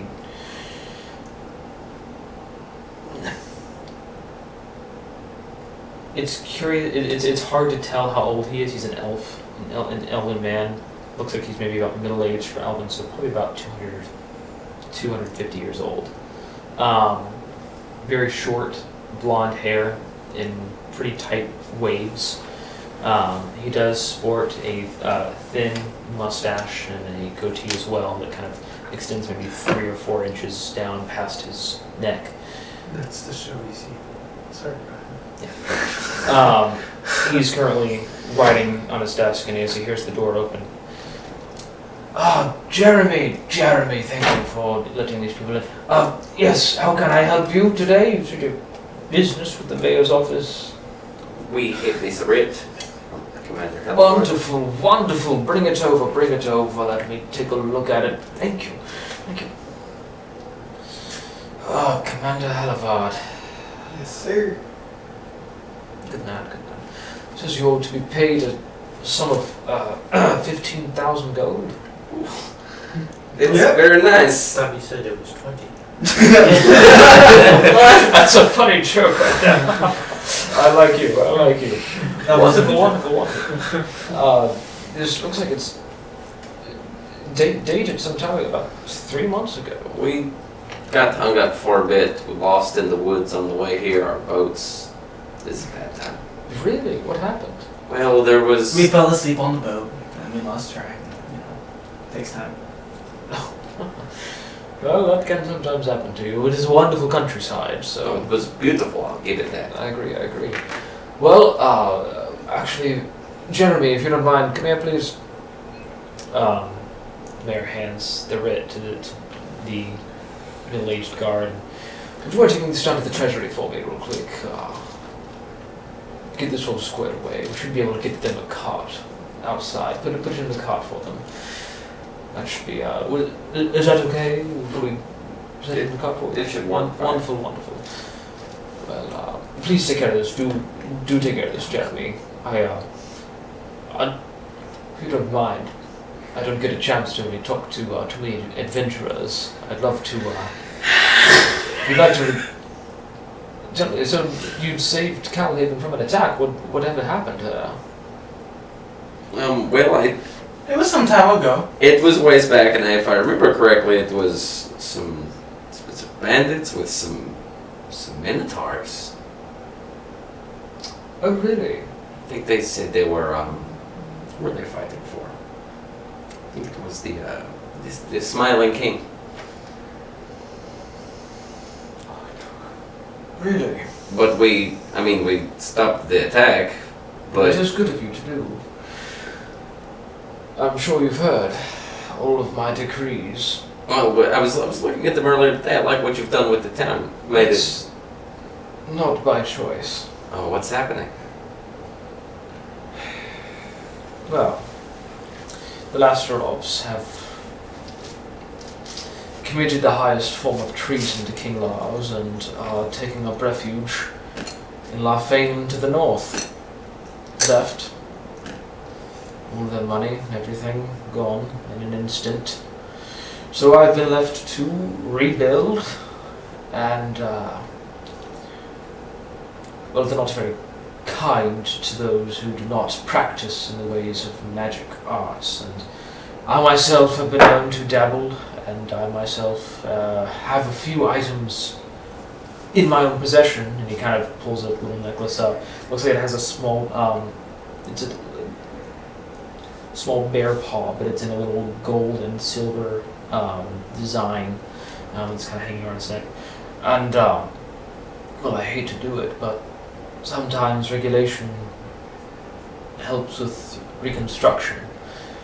Unregulated magical items running rampant from the streets of Fenrir's Hold is going to lead to disaster, especially when we're trying to rebuild. And Lord Albert's taken the host of Palastian troops and taken them north, and well, who's to stop a powerful mage by arming its citizens and taking up rebellion in the streets? It is a cost, but an unfortunate cost, I understand. So what did this Lasteroff people? What did they do to run away? You're unfamiliar with the Lasterovs? Well, as I said, we spent some time out in the woods. It was a refresher course. If you will. Yes, wonderful. The Lasterov family. Elven, like my own. There's a handful of us who have been here since the beginning of Fenrir's Hold. Our families extend back a millennia or so, and we remember the time of dragons. And while I myself do not, you hear tales growing up as a child. I'm sure you must have heard, and you, Master Dragonborn, have heard the tales. True. Powerful beings who sought to fight the gods. Anyway, I was hosting a dinner party about 3 months ago. Or 4 months, it eludes me. Time has It's been a drawn while. on so slowly in the wake of the Lastrov breaking apart, but Emil, the cunning cunning man he is, gave us all a present. And he kind of gestures up behind him, and you see for the first time on his bookshelf behind him, it looks like a very familiar looking doll. Oh, dude. Where'd you get that doll from? Looks interesting. He gave it to me as a present. You nice throw off, dude. Yes. Can I ask why? He said of good faith. I've since had it examined. It's cursed. We have seen one of these. I'm sorry for your misfortune. Is it here now? No, the person that it cursed is trapped in the Fae. Well, hopefully their fortunes are faring better. The purpose of these devices are to act as a sort of communication device, talking between the two and coordinating between the two. I was given one. Several other of the elven community here in Finmer's Hold were given these dolls as a sign of good faith, and it wasn't until I had them investigated that I understood that I was being spied on. Huh. I informed Lord Albert of this act, and he saw fit to confront Emil. That's when he ran. It's about a month ago. That's why. Brooks off to the north. About 3 months ago. Bennington. Lord Albert has been amassing his troops to send them north. I'm sure you've seen them in your travels in Calhaven and along the coast, but that is the long and short of it. He was once a dear friend. I fear I do not understand his plans, but it is not good for the people of the realm. I have a question for you, though. And he looks at Vladimir. Dude. Where did you get that cloak? No, he wouldn't be wearing it. 'Cause we hid all of our magical items. That's true. Fair enough. I'll say fair He would enough. just be standing there in a blue leotard. Fair enough. It would be not very attractive. I mean, I guess it would be really It's attractive. ripped. He is Correct, very yeah. so. Yeah. Bro, he didn't say that. Yes! Who can I say? Because I didn't know what to say in response. you thought. Because it's about to be like, My grandma knitted it for me. Oh. yes. That's what I would have said. That's what I was thinking. Like, your mom did it for you. Well, you've seemingly completed your task, and your payment is arriving momentarily. One last question. Of course. Looking at your decrees, we spent some time in Calhaven. What's happening with Simon and all of that? We met him momentarily. He seems like a nice enough guy. He has unfortunately sided with the Lazarovs. He's taken up arms. He's proved himself a very commendable leader of their forces. No one has seen him since, but he leaves his mark. Huh, who knew? Oh well. Okay. Have you spoken to him recently? No, not since probably 3 More months than back, 4 Probably months more than back. that, yeah. He vanished in Calhaven. Before we left, we were supposed to be looking for him, but We don't know what we happened. got to town here because this was the next biggest town. We figured we'll go there and see if we've heard anything. But we get here and apparently he's now a wanted man. Perhaps adventurers such as yourselves would be interested in more work. 15,000 gold is a large sum. But split evenly among the 6 of you. Go down quite a bit. I am curious. If you'd like more, perhaps a search for Mr. Seal Dove would be right up your alley. Yeah. Unless you are otherwise occupied. Well, I mean, no. Well, no. Well, I thought about the book again, and then I was like, man, we're gonna go in there for that fucking book, and I'm gonna come back out. It's gonna be the fucking Ice Age. So, okay, never mind about the book for now. I have a friend who she knows how to find people. She's very talented in that art. She was, at one point in time, a wanted woman herself. what is her name? Unfortunately, she would not want me to disclose that. I'll leave that up to her. With people like this, you don't ask questions. If they follow through, they follow through. Anyways, I could arrange for you to meet her, and perhaps she might lead you to the right direction. An alliance could be brokered. You could work for me for a time. And in return, I will triple what you have just earned. Make it 4 times and you got yourself a deal. Triple, as I said. No, triple is That's triple is more than generous. more than enough. I'm persuaded. He is an adversary of the state, and I wish to see him apprehended. Okay. Sidebar question for you.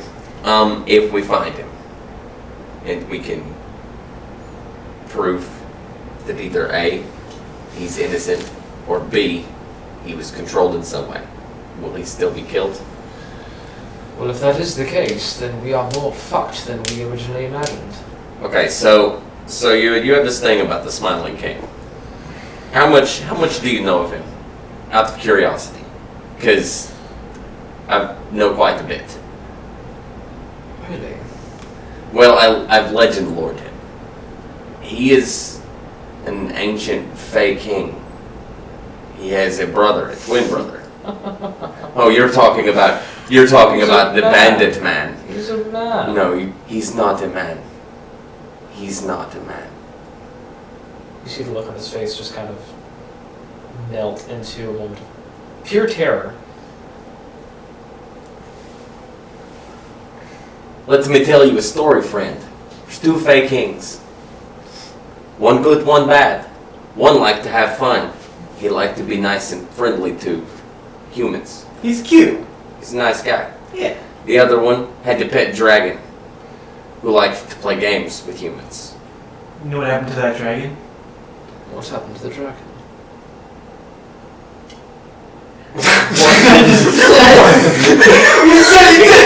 What happened There's to the dragon? to come up with something good right now, buddy, because let me tell you. He ran off. Right over the Smiling King. We don't know why. Make a deception check. Oh, God damn it! You brought it up, bro. Me, a what check you said? Deception. Deception. 9. I believe I've been forthcoming with. Okay. Now, I'll Forgive finish this story.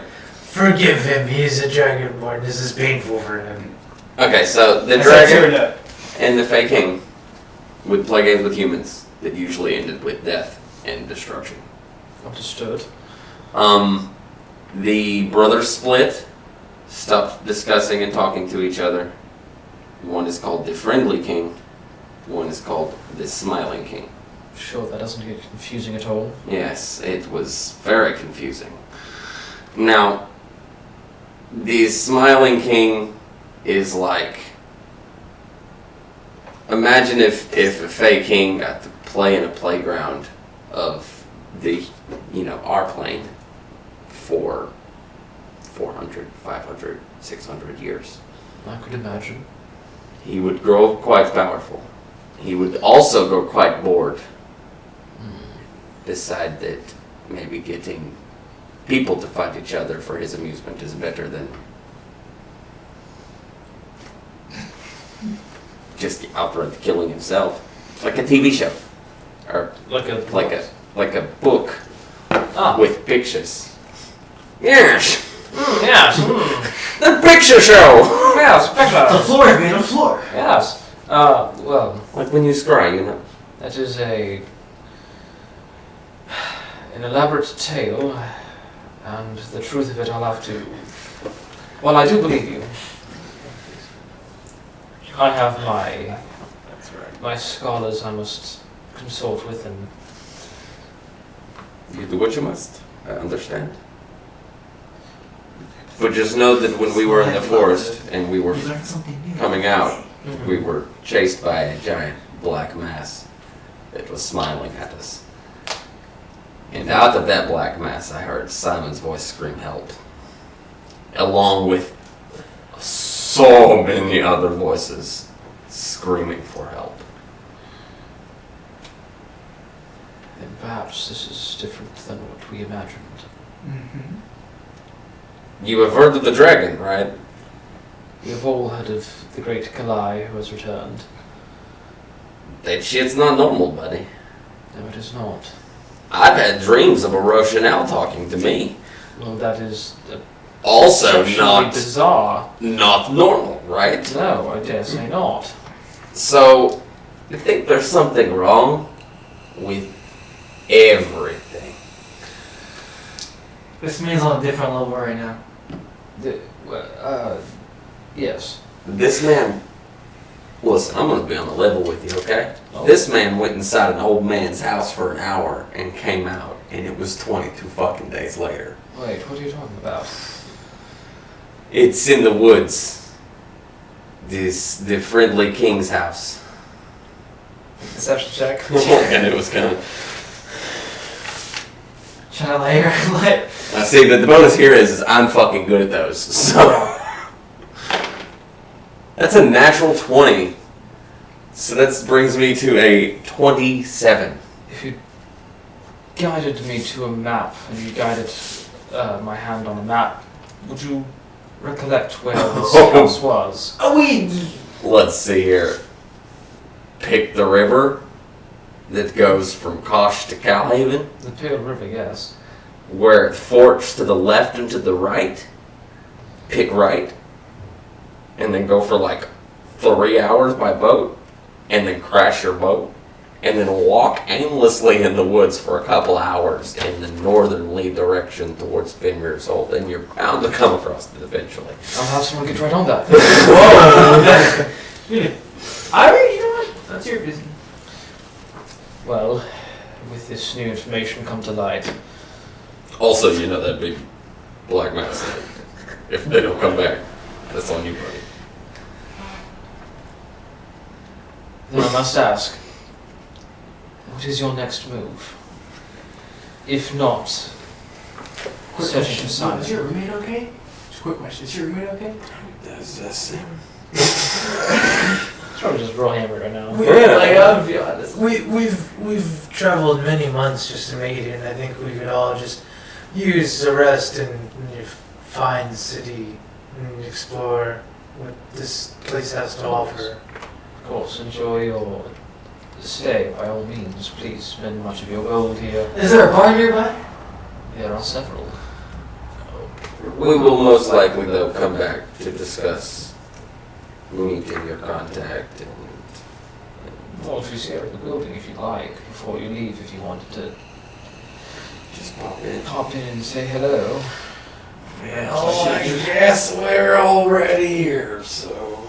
Perhaps, Already had some more. No, it's the other girl with the farm. The name? He won't tell us, remember? Well, that's right. That's for her to decide. Lead the way. Okay.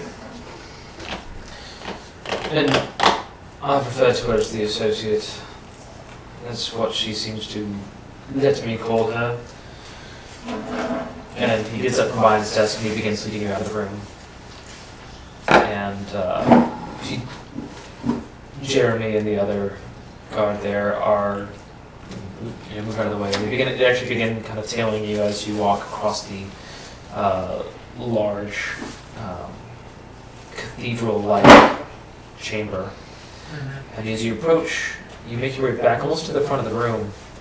And as you pass behind one of the pillars, there's a door there. You move through the door. And immediately you see a stairwell that kind of leads downward in a spiral direction. And as you kind of make your way to the floor below, you see that it's a much more artificially lit. There are candles and sconces and everything, whereas previously in the chamber above, a lot of it was skylit. There were some skylights above, and down here everything seems to be still stonework, pretty nice marbling. It seems to be more offices, things of that nature. And you are led to a back room at the end of the hall on the left. There may be about 4 or 5 doors on each side of the hallway. As you get to the end of the hallway, you watch as the mayor kind of watches Jeremy nods forward, and you're able to see that the glass door on the left is slightly ajar. And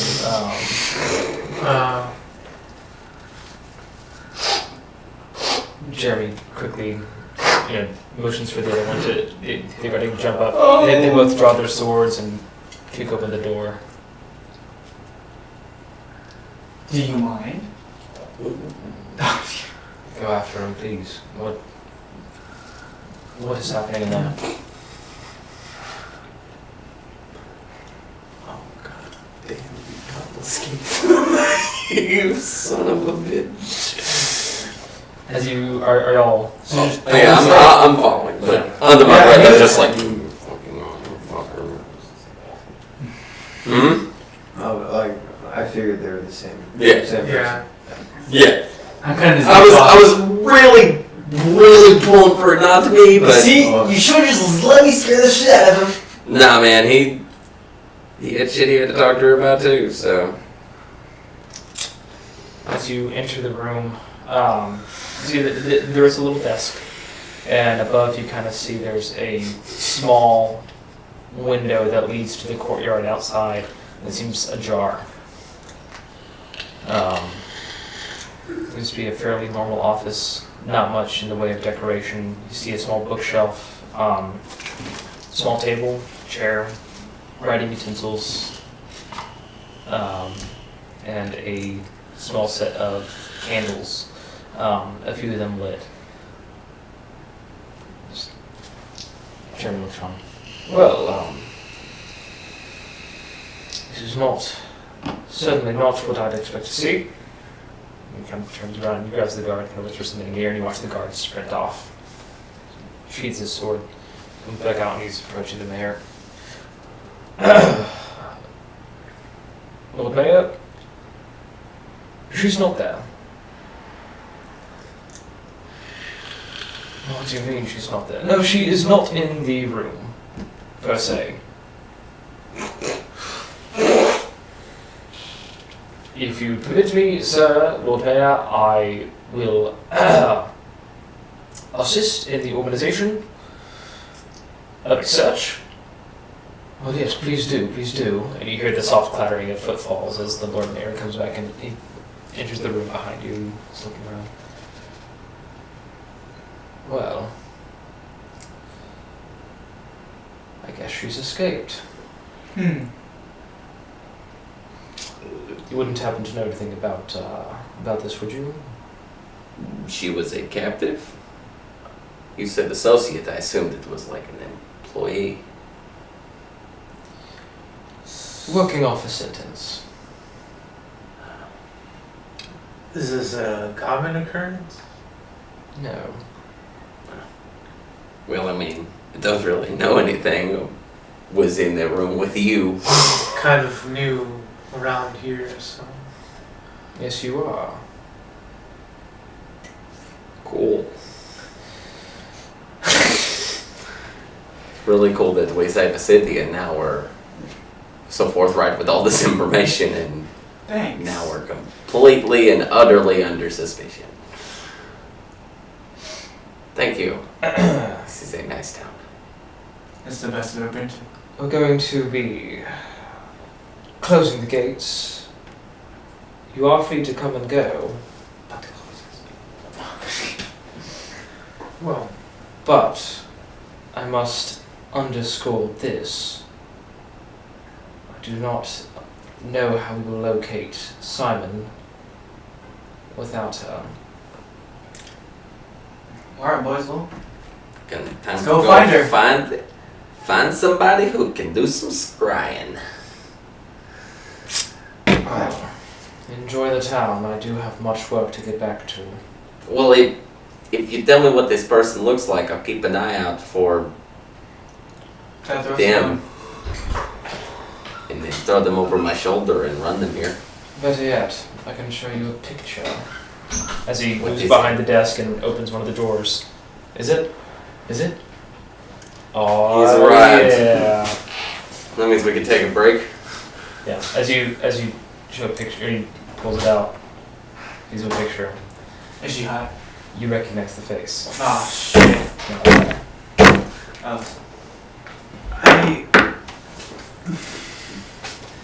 never seen. I've seen this person before. He says angrily. You could've just said quiet, you could've just said nothing. I was gonna say I've never seen such a beautiful face before.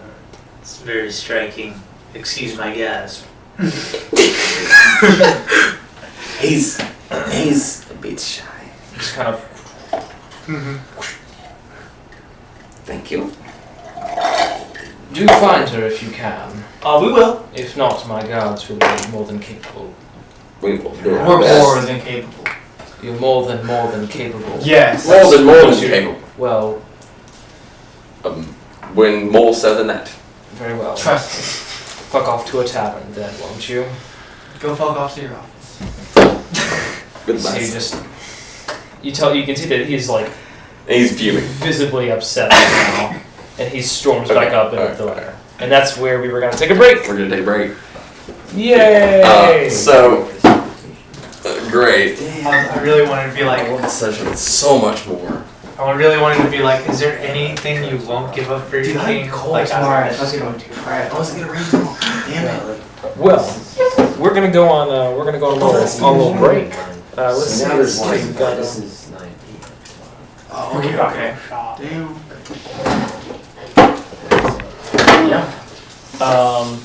breaks with Brandon are just gonna be.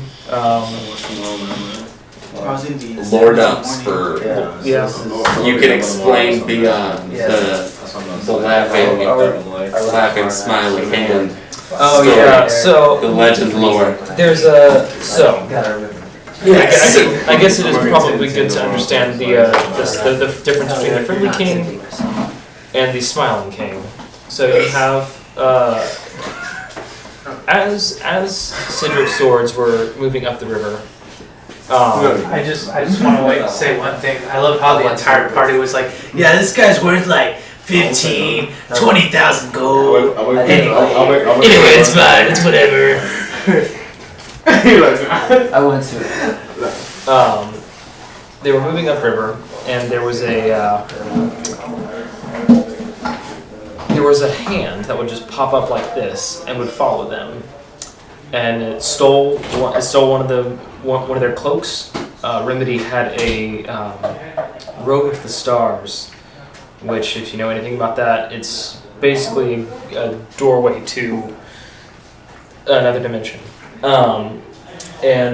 So the hand stole that, and they were like, "Oh, cool. I guess we're just gonna not have that anymore." And they get further up the river, and they find themselves in front of a waterfall. And it's getting night. It's getting further into the nighttime, and they have to stop. They have to make a decision whether to try and go climb up the waterfall or camp out for the night. And then a hand appears again. And actually, no. I think some squirrels appeared and started talking to them, and just kind of this voice, "Hey guys, welcome to my forest. Is that kind of thing. Yeah. Then some hands started guiding them along, just and eventually it led them to a hovel, which is basically just like a hollowed out tree. And the Smiling King is imagine like Pac-Man, right? But if Pac-Man were just a bunch of hands. Just a bunch of hands, all snapped together like to form this body. And it's real terrifying. Conversely, there's the Smiling King, which the party had kind of run into a while before, but only through reputation. It was known that there was the bandit attack that had the bandit attack in Kosh. Whenever the party was in the city of Kosh, there was a bandit attack. Pretty large. It was a large army of bandits that were unified under one common cause, which was very strange. And it was understood that they were unified under the Smiling King. It's cool. You can see the rings through the So everyone assumed that the Smiling King was a man, was a bandit, was just a very charismatic bandit who seemingly unified all these bandits together. So at the hovel, Remedy has as a pet familiar, and it was currently in the form of an owl taking perch right outside on a branch, and suddenly something took control of the owl, and Remedy could still see through the owl, but whenever Remedy looked through, she only saw basically just a large shadow that was over top of the whole area, the whole little clearing around the hovel. And so Remedy and Zarek go out, and they see, just imagine like 15 feet above you right now, just a large black cloud that is just expanding as far as your eyes can see. Now imagine in that cloud, like a red smiley face, just kind of looking at you. That's the Smiling King. And so they're Fey lords, and they're brothers. The Smiling King is considered the older brother, and the Smiling King, in the lore that was given, befriended a dragon named Deatha, which the party ended up killing. Though still not to the knowledge of the Smiling King. I don't think they ever really, gave up that information. Certainly, for the Smiling King, his pet dragon is gone. But there was an alliance between the dragon Deatha and the Fey Lord, which is pretty terrifying. But there was a small encounter where the Smiling King conjured up 3 Death Knights, which are very powerful things, and pretty much forced the party to skedaddle out of there. And along the way, Vladimir, our resident wizard, made a pact with the friendly king, the nice one, and basically gained a level in Warlock, and is now Wizard Warlock, which is really cool.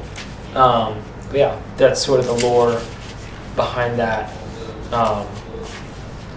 Because I like homebrewing that kind of stuff, because that's easier stuff to homebrew than full-on classes, which require hours and hours and hours of playtesting by yourself in a dark room.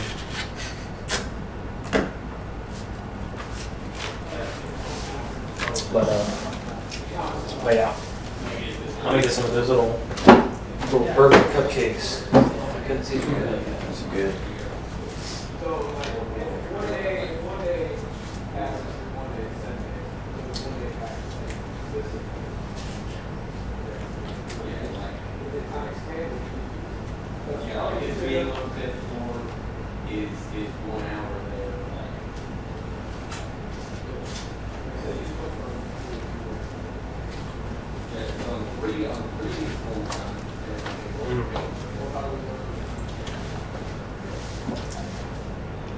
Those are so dangerous. Oh my goodness.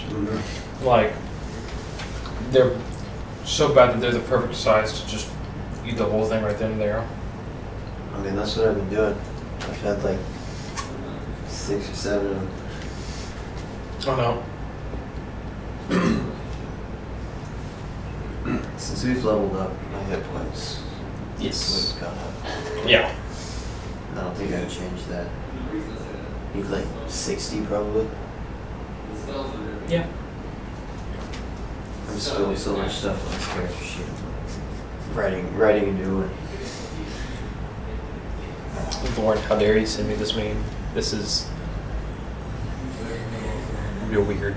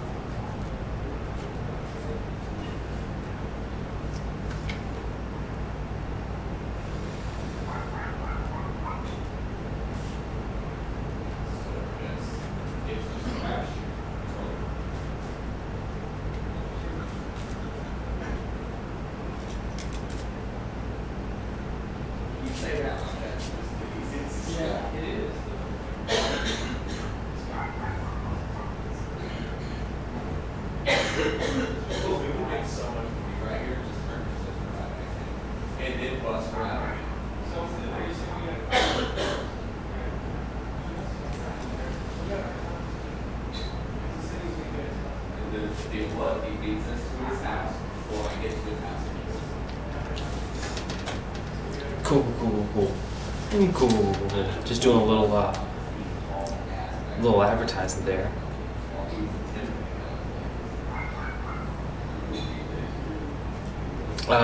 Yeah, Topless Keith is not actually topless.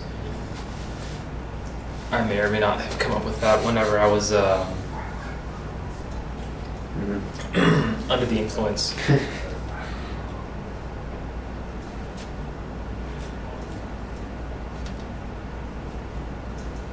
Yeah, and if Laura makes it back to the party in December or January when you're back in town, can you join the... Yeah, of course you can. Yeah, you can jump on the stream, hang out.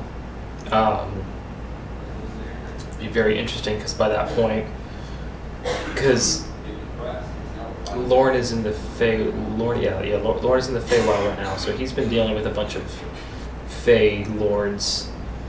If you had one of those dolls, if we get one, we can communicate with them, right? Theoretically. Theoretically, yes, actually, yeah. That is a very interesting... Dude, Yeah. I didn't even think of that. Did you hear that? Did not hear that. Lauren wanted one of those dolls. Yeah. If we get one, we can communicate with them. That's true. It's like a walkie-talkie. Yeah. Yeah, It's also cursed to fucking chase you. that's also true. Chase and return are two very opposite ends of the gradient that we're talking about right now. But, I understand.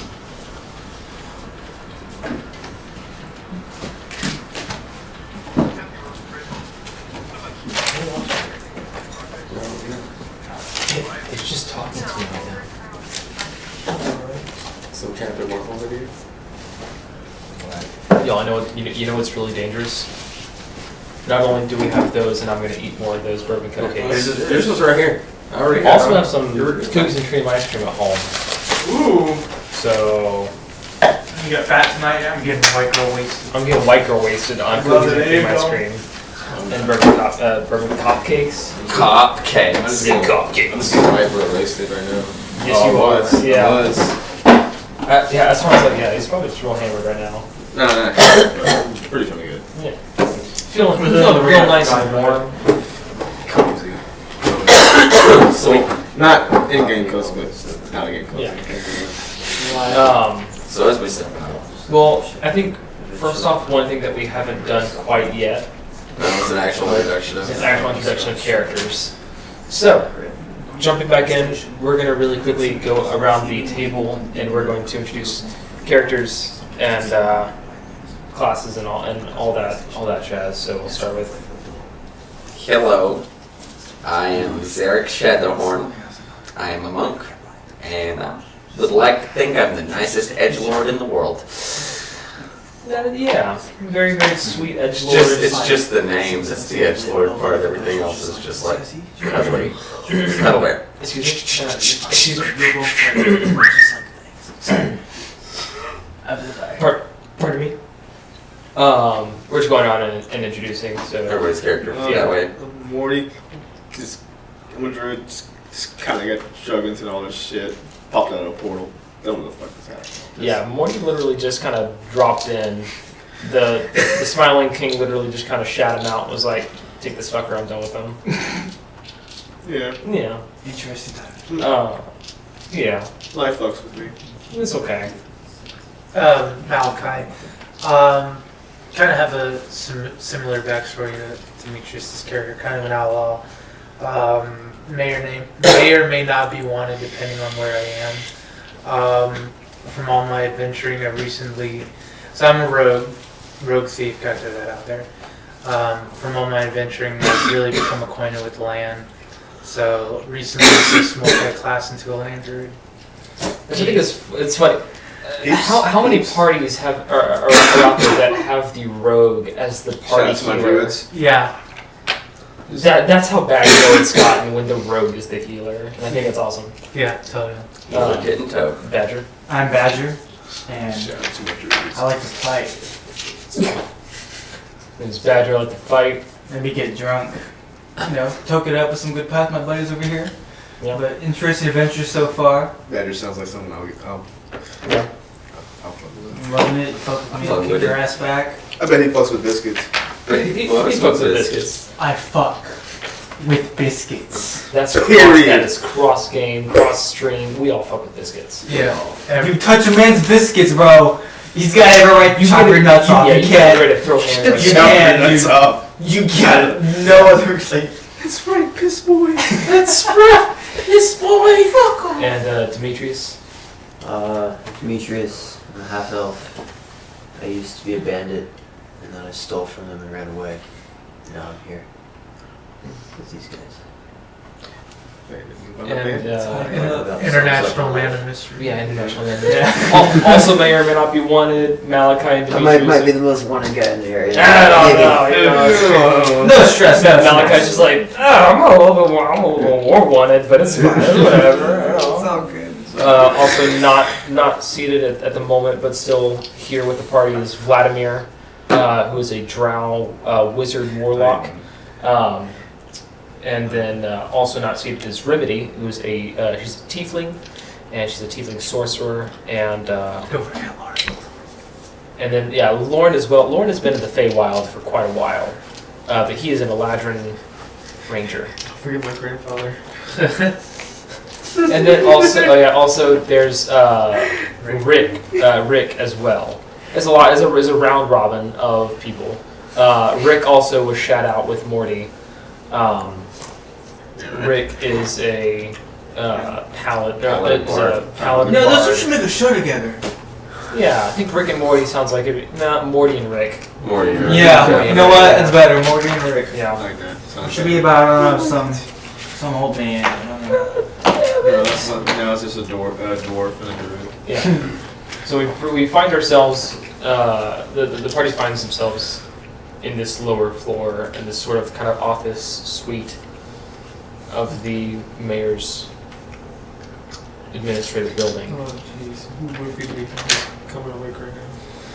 Door is still, or yeah, some of you are still in the door or in the room. We'll be heading out and looking for that, sir. Yeah, He's already gone. Yeah.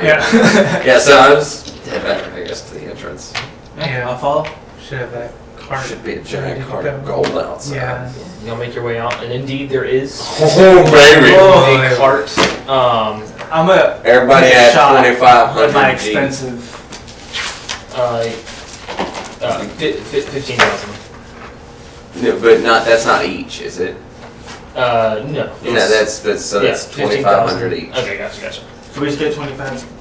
25. Oh shit. Oh, just added Yeah. 2,500. And it is very heavy, so you will not be able to carry that amount of money on you. I'm strong. Pockets be fat. Plus, I got saving throws on that, so. Not that strong. Okay. You Is carry is the cart drawn like It a? is strong. There is a small little mule. Is the city official still here? Yeah, he's holding. Would you be able to procure us a like a license to buy a magical item? We're looking for like a haversack. Oh, I believe that I could Yeah. put in a request for that item. That's heavy, Doc. Dude, You may have. dude, just the gold is 519 pounds. Holy. I believe I could probably find something. Give me a moment. Please do. Thank you. There's another administrative building, And he kind of points. His nose is very far up in the air, I can tell from his voice. and he's pointing off, and to the other side of the plaza, and you see another small kind of group of buildings. These are not as tall as the central building. right there is going to be the office of registration of magical devices. So, do you have the magical device on you at the moment? Did you not listen to anything I asked? This is the script that I have been told to ask. Well, No, it's sir, we do not. No, then you must we need go to go purchase one. The understood, sir. Please follow me, and I will Talk a little faster, sir. accompany you to the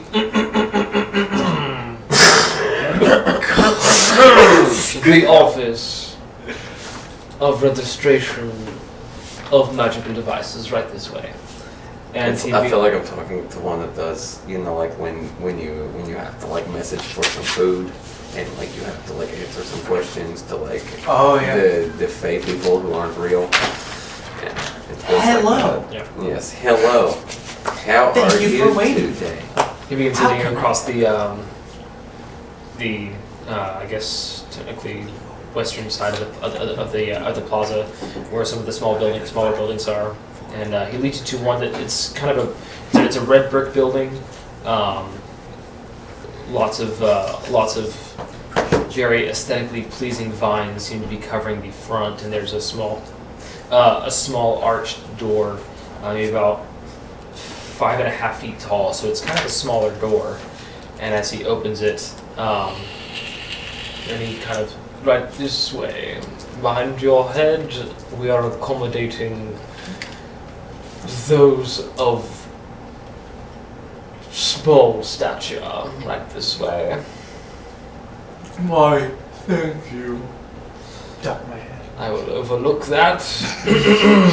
And he's gesturing you. As you enter this smaller building, you see a number of halflings begin moving around, and some of them are sitting at desks that sit about, they're pretty low to the ground, maybe about half the height of any other desk that you had seen. It's like an ottoman. previous- more or less.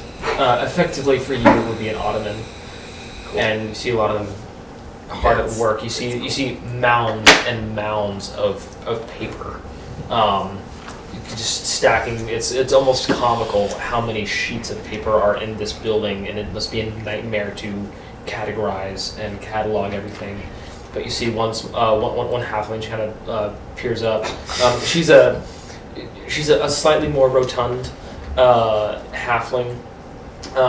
Thick red hair that cascades down her back, and she has a small kind of half moon glasses that are have a small little beaded chain that goes from here to the end, so she can kind of keep it down and pull back up, and it'll still be hanging around her neck. And she has a large floral dress on that kind of cascades further down, and she goes, You're looking for a what's it called, the registration for a magical device? Yeah. Welcome. You're in the right place. The Yeah, office of registration. Oh, Magical yeah, Device, this is yeah. big time. I'm wanting to buy a magical item. Okay, well that's going to be a processing fee for the magical device registration paperwork. Another processing fee for cataloging and categorizing. You will have to fill out the paperwork. She kind of snaps her fingers, and you see another halfling come back from the back and is holding a clipboard, and she kind of hands it up. Listen. How much gold to get the thing? Well, it's going to be about 3 copper to initiate. I'll give you 5 gold Yeah, that's right now to just give me the thing. Ma'am, I'll give you a platinum. Sir, I'm sorry, this is my job. I do have to fill out the required registration for magical device paperwork. So it's 3 copper to initiate the whole program. Thank you very much, sir. Thank you for doing that. And then after that, the actual paperwork for the ownership is going to run you about 5 silver. Cool. Thank you very much. And Here's a gold to just cover whatever's coming up. Well, thank you, sir. It's actually, yeah, I think that is going to cover it. Thank you very much, sir. So, where is the device? We need to know where to purchase the device. Okay, so that's going to be another paperwork. Alright, first of all, lady, okay, I swear to God. Look, we're in wartime. No, you gentlemen. don't say no, you Listen, to me. I get where this is that red tape thing that I always read about in the books at the monastery. It's Thank you, sir, for understanding. It's It's all very bullshit. considerate and compassionate. You mean how much for that fee? Another gold piece will There's a cover gold. everything. Thank you very much, sir. If We you want to just take buy 5 a half minutes, percent. thank you very much, sir. That's gonna be. Please, sir, I'm just trying to do my job. I'm literally a character. That's gonna. Trust me. So- Zero goes deadpan. This woman is just like. So if you take this and she begins scrolling, filling out some forms, she kind of takes it off and hands it to you. You see that it is kind of a pre-purchase bill of sale. Now if you take this to Calliope's down the road, it's the pink building. It's pink building. There's one that's close. It's more of a purple brick. This is going to be a pink brick. You want to go to the pink brick building. You're going to go to Calliope. She's up at the counter. And Thank I you. will hand her this. Thank you very much, sir. Yeah. Y'all have Thank a you. wonderful Great day. day. Thank you Thank very you. much. One way out. Farnsworth, take us to the pink building. Oh yes, you'd like to go to You sound just like her, you know that? you'd like to go to Calliope's then. Ignore me. Shall I Yes, Farnsworth. drag your Let us. Shall I drag your money behind you? Most definitely. Wonderful. Nothing would make me happier, Farnsworth. Chip, cheerio. Who says that? I toss him 5 gold just for the This trouble. party just throws around He gold. was walking on. Thank you, sir. Clear down 7 gold. Everybody. Everyone I would throw a fly in his face. he deftly catches it. And I'm still at 2,591 gold. Wonderful. Oh my god. 3,100. Flash it at the store. And 69. nice. How many says Nice. it Very Nice. Very nice, Master Dragon Ball. sir. Right this way to Calliope's. And he begins leading you across the plaza back to the gate, and you see the same guards kind of eye you and give you a stiff nod and recognition of your somewhat. This is It's a very ragtag group. it's a ragtag group. You have somewhat you've earned a lot of respect in a somewhat short amount of time, dragging its sound. You can hear the clanging of gold throughout the cart. Imagine it just looks like we're like the richest fucking people in town right now. Probably like in the fucking At least what couple they hundred see. radius miles. It looks like as though you are some people of prominence, as the guards sort of just give you. Thank you, sir. I'm gonna shake his hand. I'm going to pull Can you, like, I know you can pick locks and stuff like that, but can you, like, forge paperwork? It's not really in my skill description. Damn. It's not really in my skill description either, but that was a really good idea, my lad. Well, we could always look into tools, but it would take us quite some time. We don't have that much time. Yeah. Okay. About 5 minutes. It's fairly close. In the upper quarter of this Fenris Hold, a lot of the higher end shops are relatively close to the town hall. This is the second highest in terms of needing security. You are led through a small winding street.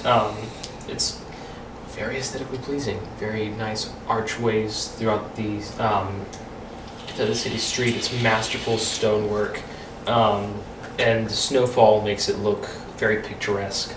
And eventually you are led through to a small courtyard where you see several small dining tables set up outside of what looks to be a cafe. And there's the immediate scent of warm, fresh bread and other pastries, sweet and savory. And there's sort of a little ring around the cafe of melted snow where the heat from inside is kind of poured out. And you are able to feel a little bit of warmth crossing through this courtyard. There's a central tree that's lost all of its leaves. It's white bark. It's fairly tall. And you get to the end of the courtyard, and there is a small stable to house different horses and carts that are coming through. It looks like it's for loading and unloading. As directly behind it is a set of large double doors that are currently open, and you can kind of see into what looks to be a antique shop. Several best-using guests in there are different. This looks more like furniture from where you're looking at, but this looks like it is Calliope's. It's the pink building. Okay. Well, this is Madame Calliope's. You're more than welcome to peruse her wares. And my wife sent a message that was like, could y'all stop fucking with biscuits? I was just like, no, we all fuck with biscuits. I'm sorry, ma'am, but we cannot.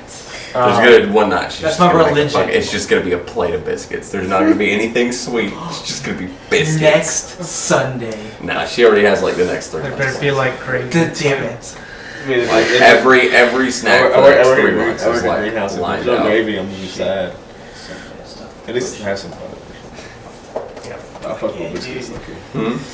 Like next Sunday, I stop by somewhere and just get a fuck ton of biscuits. Stop stream just to talk about biscuits. So, what do you do? Well, I'm taking my nice little piece of paper up to the lady, and I'm saying, we need the backup holding, please. Oh, yes, I can get you that. Wow. You see the lady behind the counter who is currently moving what appears to be a large marbled Bring the vase. rich down, everybody's rich. She appears to be moving it from one shelf to the next and kind of cleaning it. Yes.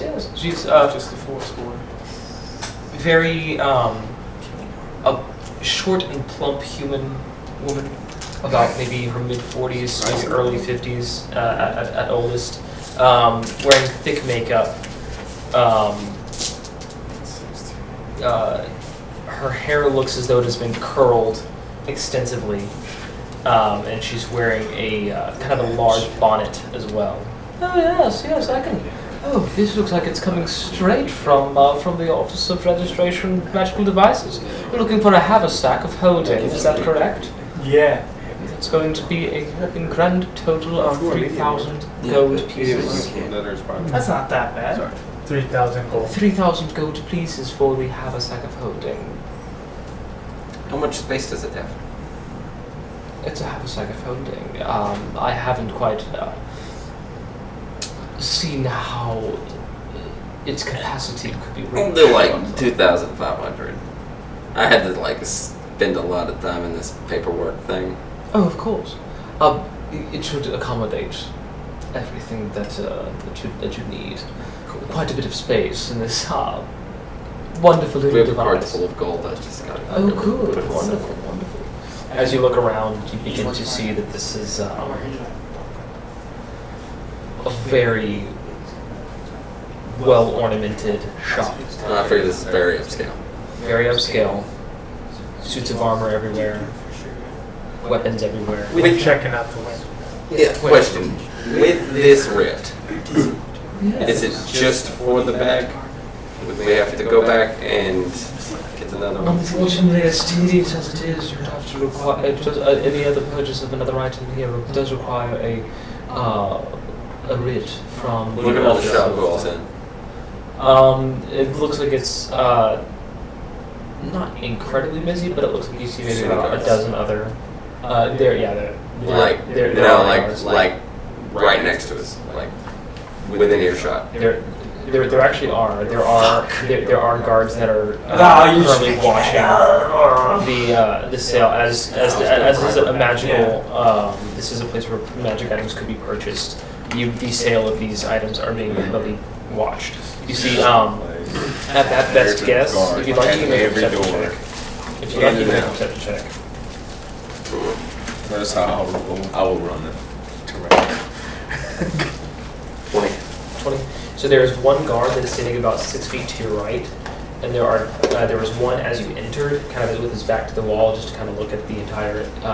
And then to your left, maybe about 15 or 20 or so feet to your left, is a small step up that has kind of another row of a couple of bookshelves, and then kind of doing a little circle in that area. So if we go about 6 feet to the left, that put us about 15 feet from each other.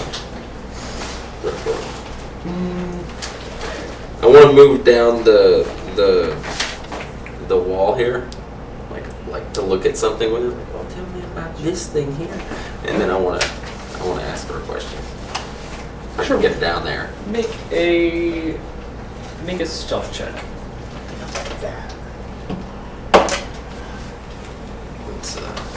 That's not too high. That's 12. Well, we'll say you are able to. You aren't confident you are out of earshot, but you are not in direct view.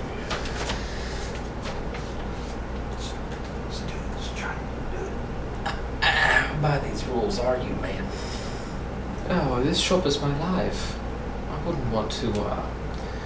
As unfortunate as these laws are, they are requiring much from my customers, but the customers who pay here usually do not mind the paperwork. They have others fill it out for them. I guess we could always do that. If you, I mean, there are other shops, Listen, but I am a law-abiding citizen. If that is what you're asking, so. Well, no, I was trying to inform. Do you have like an employee that you could send for the paperwork while we're shopping? Like if we have a cart of gold. Unfortunately, you would have to. A representative of you or the purchaser would have to be there in person to fill out the requisite paperwork. And Cool. Yes. Here's your 500 gold for the haversack. Thank you.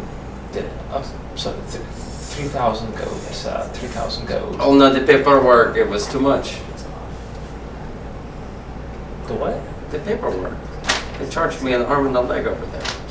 Oh, I'm sorry. That has nothing to do with the sale of the actual item. It's still going to be 3,000 gold. Whatever. Here's your 3,000 gold. Thank you very much. Obviously, you don't know how to barter, bitch. No, without remedy. I say that to her like I'm.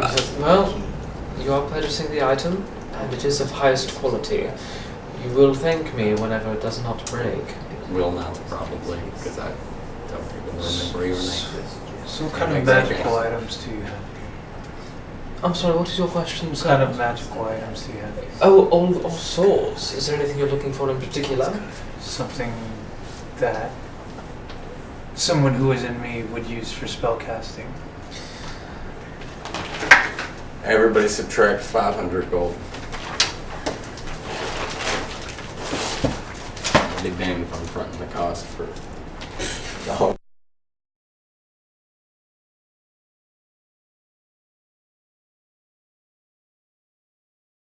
Everything.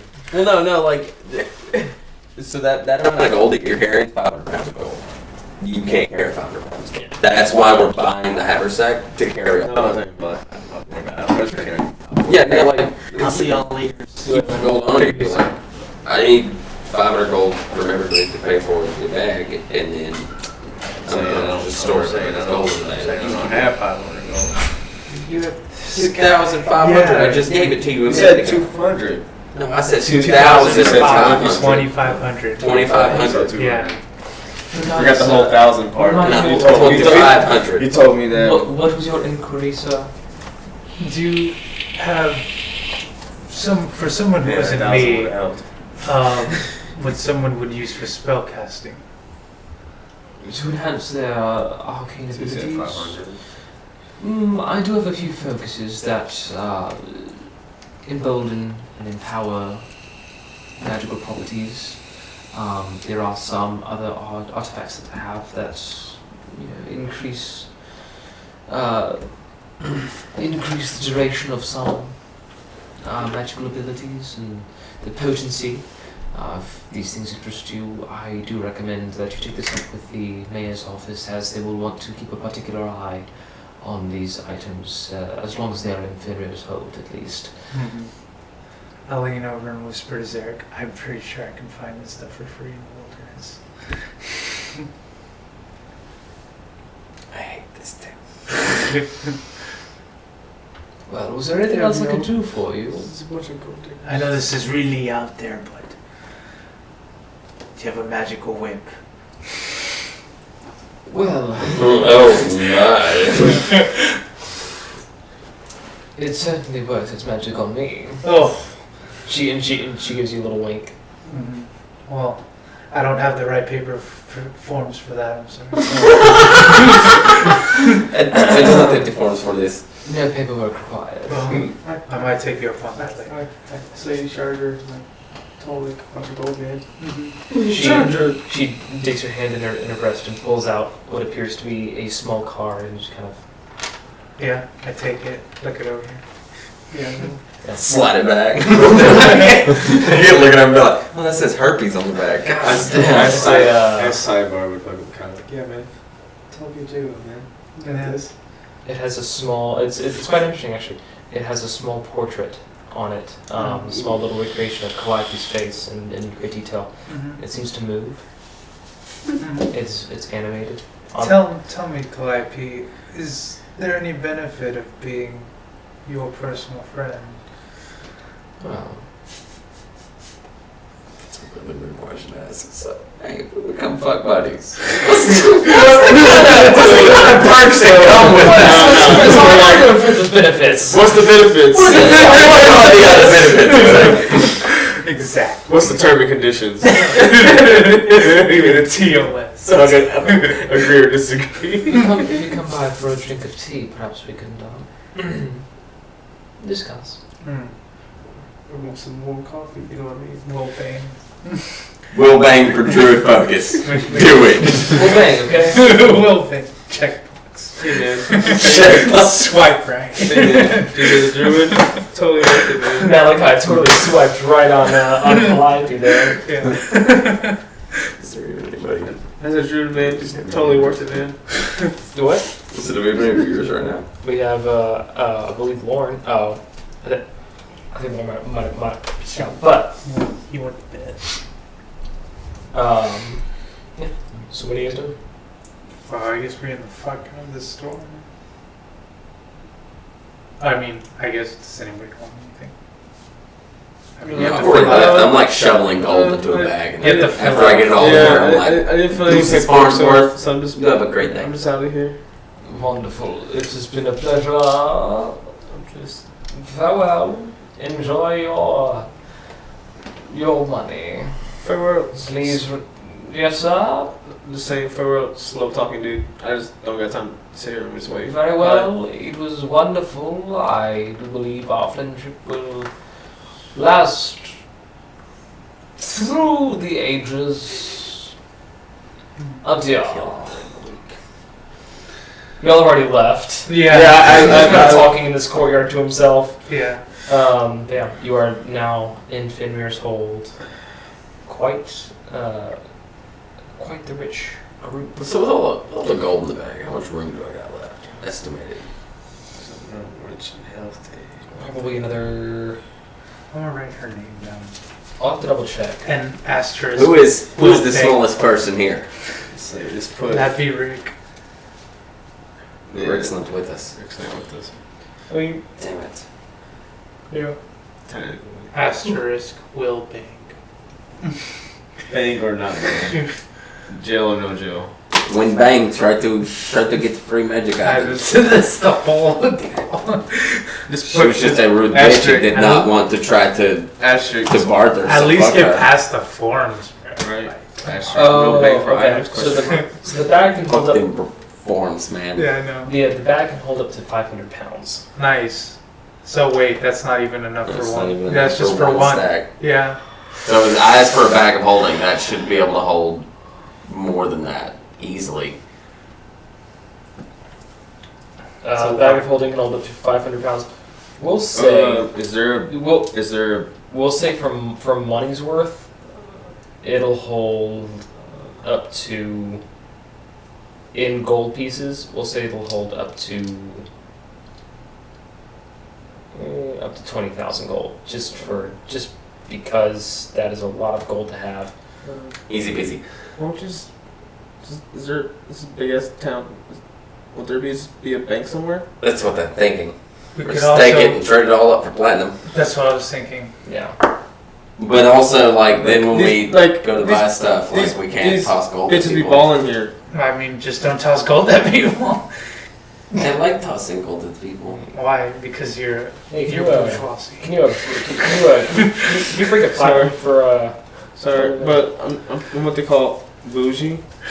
Is there anybody on the street right now? yeah, there's maybe about where you're at. I just reach in my sack and just throw out like 25 gold. I pick up They some just- of it because he's just throwing it out there like that. And, Okay. They look strangely at you and Oh, that's right, we're in Rich Point Town. I Yeah. just pick up all the money. I picked up half of it for you. Now we're gonna go. Okay, so we gotta get to Shirtless Keith. How much did you throw again? Like 25 gold. I just picked it back up. No, I picked up half of it for you. I'll pick it up, sure. I literally, you can ask anybody here, I've never spent gold on anything. I just Okay. kind of give it all away. I make a really quick purchase. Sure. No. Does it look like there's a weapon shop nearby? There is. It's Or better question: is there like a directory nearby? Like some type of like, hey, this way. there is actually in that courtyard. There is a small map of the districts. And I will get y'all a map of Fenrir's Hold next week. I should have put it out, but yeah, it's a big fucking map. That's why I was like, a it's lot. like I better look for a directory or something because like It's it's about- a bit some bitch. Just about, I mean, I haven't counted. There's maybe about 500 buildings. It's and that directory probably just maps up just the district probably. Yeah, just the districts. But there is a weapons. Are you looking for a forge specifically, or an actual like weapons shop? An actual weapon shop. Yeah, there is weapon shops that is actually in that same courtyard that is kind of across on the other side of the tree. I'm gonna look at everybody and be like, I need to go get some things real quick. I will be just a moment. Where are you going to go look for? Just weapons, you know. I'm down to follow. I just got this hand axe. I'm down to see if any ball ass people have anything dope. Fair enough. Word. As you make your way in, you see this one does have a handful of people walking around inside. Same with Calliope's. There are guards present. It looks as though a lot of the and this is also characteristic of being in this district. Mm-hmm. There is simply higher security. Yeah. So, is there anything in particular that you wanted to buy? I want a hand crossbow.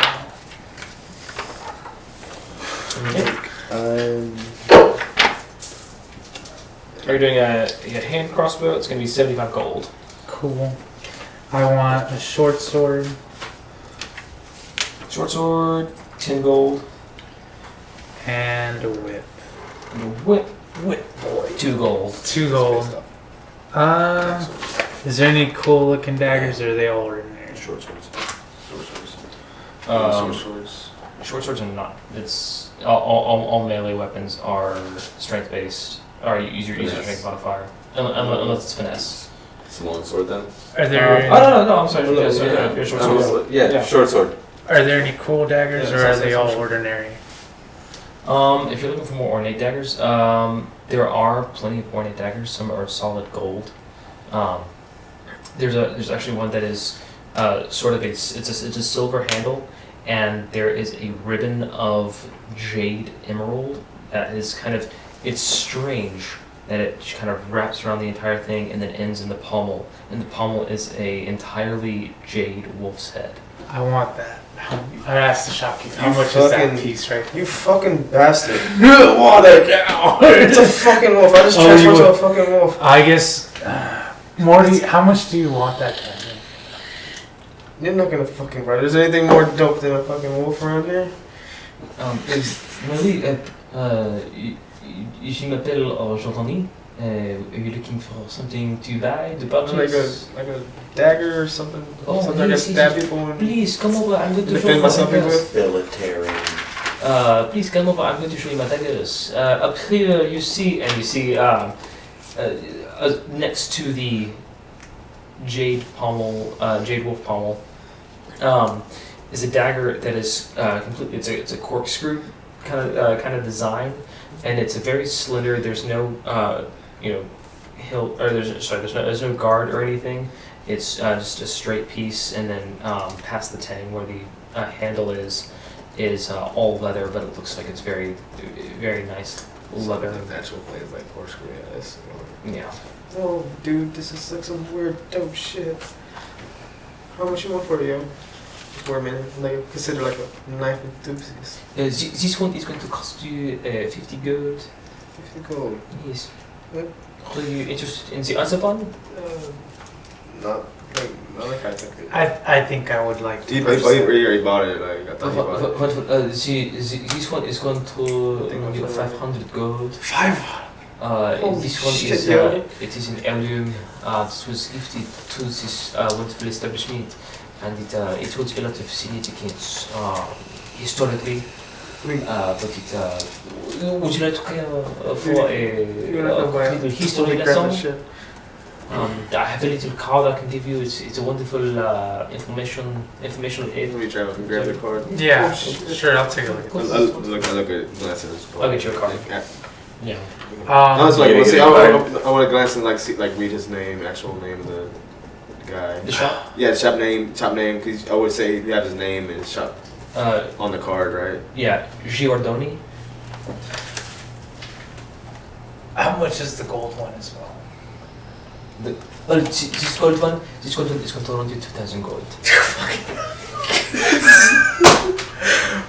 Considering that, I think I'll just take the wolf one. It looked pretty cool. Oh, wonderful, wonderful. I will go ahead and. Holy shit! What was the 2,000 gold shop? The gold one. Yes. The gold. We call this one the Starbringer, Holy shit! because it brings the stars to the eyes of those it kills. Oh shit! There is a rumor that if you are to be pierced with this blade, you will see the stars. Nice. Would you like to try? No, but I'll buy it. Shit. I was giving to the other. No. It's 2,000 gold. Holy shit. I just see Morty run out to me with the bag. He's like, give it all Give it over. Give it over right now. One last thing. Of course. How do you have any crossbow bolts? Your crossbow bolts, yes, you could buy them in bulk over there by the door, and he kind of motions, and there's like, basically like a trough. Yeah. It's kind of, that's good to have that up on the wall, unless you're looking for any specific type of bolt, so... Just a quiver. Just a quiver? Yes. Feel free to purchase. Bolts are going to be... Is he gonna say anything? As he's doing, I'm just kind of in the corner, just practicing my stabbing. One gold for 20 crossbow bolts. And I'm gonna look at Morty and be like, Shout out to Morty. Richard I'm gonna be right now. Damn it, Morty. I have an extra short bow, Morty. Do you need it? What? I'm practicing my stabbing.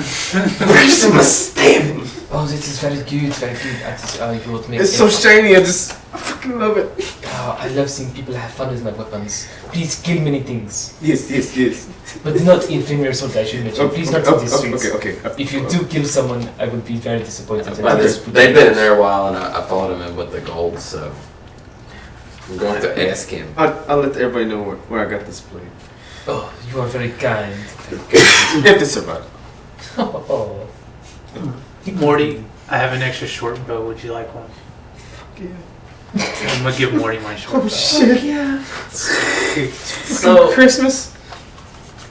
this is a nice business you have here. Oh, this is one of the, if I do say so myself, we are one of the top proprietors of weapons.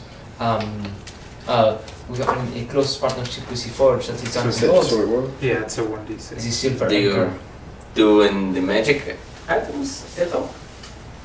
From time to time, but with the current laws, it is more profitable to market these And things then- that are not I'll give you a quiver of arrows. quite so magically inclined. It's a pain in the ass to It's sell. a bit of a pain in the Short ass to sword? sell. That dagger. Well, it's Particularly just for, like a some of the dagger, basically. top tier adventurers like yourself who like to come in and purchase a weapon. And do It's not a- want to- and then leave. You want to go You and don't kill want to. monsters. You don't want to Exactly. deal This is with what I try to tell paperwork the mayor. and then it's. The Mayor Kierkegaard, I mean, he is a decent person, but the red tape is just so burdensome, and I do not like to. It is difficult as a businessman to try and continue mushroom. Do you feel like the mayor is on the level? Like he's a good guy? I do believe he is. I believe that he is a good man. Just overreacting slightly with all of the tape. Maybe it is not a. It is a difficult thing whenever you are in charge of a city to write the laws and to protect your citizens. So I believe he is doing the best that he can, but who really knows? What is good for one man is not so good for another. Well, I mean, I don't cast spells or do any of that, so. Wonderful. I mean, would you like to purchase? I like to a punch sword? things. So to purchase? Oh, you punch things. Punch. I have. Yeah, I know there's not a Yeah. lot that. 20 staff? No, do you want some? I have some bandages. You could. I don't know. I have gloves. I'm sorry. You're fine. No, I like this story. It is nice. You're a nice person. Thank you very much. Perhaps if I I sold the Morty guy at Purple Shiny Sword. It is. He is happy. One of my favorites. It is going to be sad to see it go, but I'm glad to know it is in good hands. Oh yeah. Please. I had my grandfather's chance for sure. Your accent is different than everybody else in the area. I grew up in Festelle, in the town of Guilefond, and I moved to Polest several years ago. My father opened up a forge over here and worked with Voltaren steel, and everyone seemed to like it. So here I am, but the proprietor of one of the most well-acclaimed weapon shops in all of Polest. Well, Not a bad business. It is very nice. And if this ban on magical items ever lifts, and you come across some stuff, will probably be interesting. Oh, well, I don't like the other dude. The pink building. Oh, Madame Calliope, she sucks. Very rude. What? Yes. This feeling you don't really like her. Well, listen, it is difficult whenever you walk across the plaza from someone and you see that everyone wants to go to her shop, but that is just because she has so many cocks around town that everyone wants to go in. Tell me more. Well, I do not disgrace my shop with such base and carnal. I love weapons. I love them. Would I fuck them? Maybe. But I might not fuck a customer to buy their business. That is despicable. No? Am I alone in this? So what you're saying is that if he has sex with her, he won't get free items. Potentially, but I mean that I would not know. I do not run a business that way, so if that happens, You've never gotten the milk for free. I always and evermore shall I pay for my milk. It's quite noble. That's right. Well, I come from meager means. I will pay for what I am supposed to pay for. I get the milk for nothing and magic items for free. I was going to say, if there was the potential to, do the deed and get to skip 45 minutes of listening to a robot halfling fill out the paperwork. Oh, that didn't happen lately up at the Oh, mayor's office. my God, sir. Well, it's funny. You see her off of work. She's fucking crazy. Have you never seen a halfling get very, very drunk? Well, I mean, yes, but the problem becomes, why can't she be really crazy and do cool shit at work? Like when I offer her 3 platinum, she give me the damn papers. Well, it's much of a payment, yes, as it is. It is her job. Stupid job. It is a stupid job. Okay, well, have a great day, sir. You too. Please come back We whenever have you to like. get to Home Dude's house. As I walk out of the store, I'm like fucking around with my whip like it's a toy. I'm just like, and I look at Demetrius and I'm like, I'm not proficient with this. So I'm like, you're gonna have to fucking show me how to use this thing. You're kind of like trying to do like the lasso maneuver when you're like Yeah. gonna jump through That's it why and we- like trip over it. Yeah, That's why Morgan was practicing his stabbing, because he's Yeah. not really proficient at it. So he's like, stand back when I practice my stabbing. Yeah. First of 10,000 hours, man. First of 10,000 hours. I'm gonna be an expert in this. The expert. Next level stabbing. But yeah. Yeah, you find yourself out in the courtyard, and as the snowfall has continued, it's maybe about 3 inches of snow at this point. It seems like it's snowing pretty heavily, and you do see what looks to be more commonly dressed man begin walking into the courtyard with a broom and shovel. And he begins kind of clearing the way of some of the streets. Looking around, do I notice like any guards that are like searching, looking, or Make a perception or check. scrambling about looking for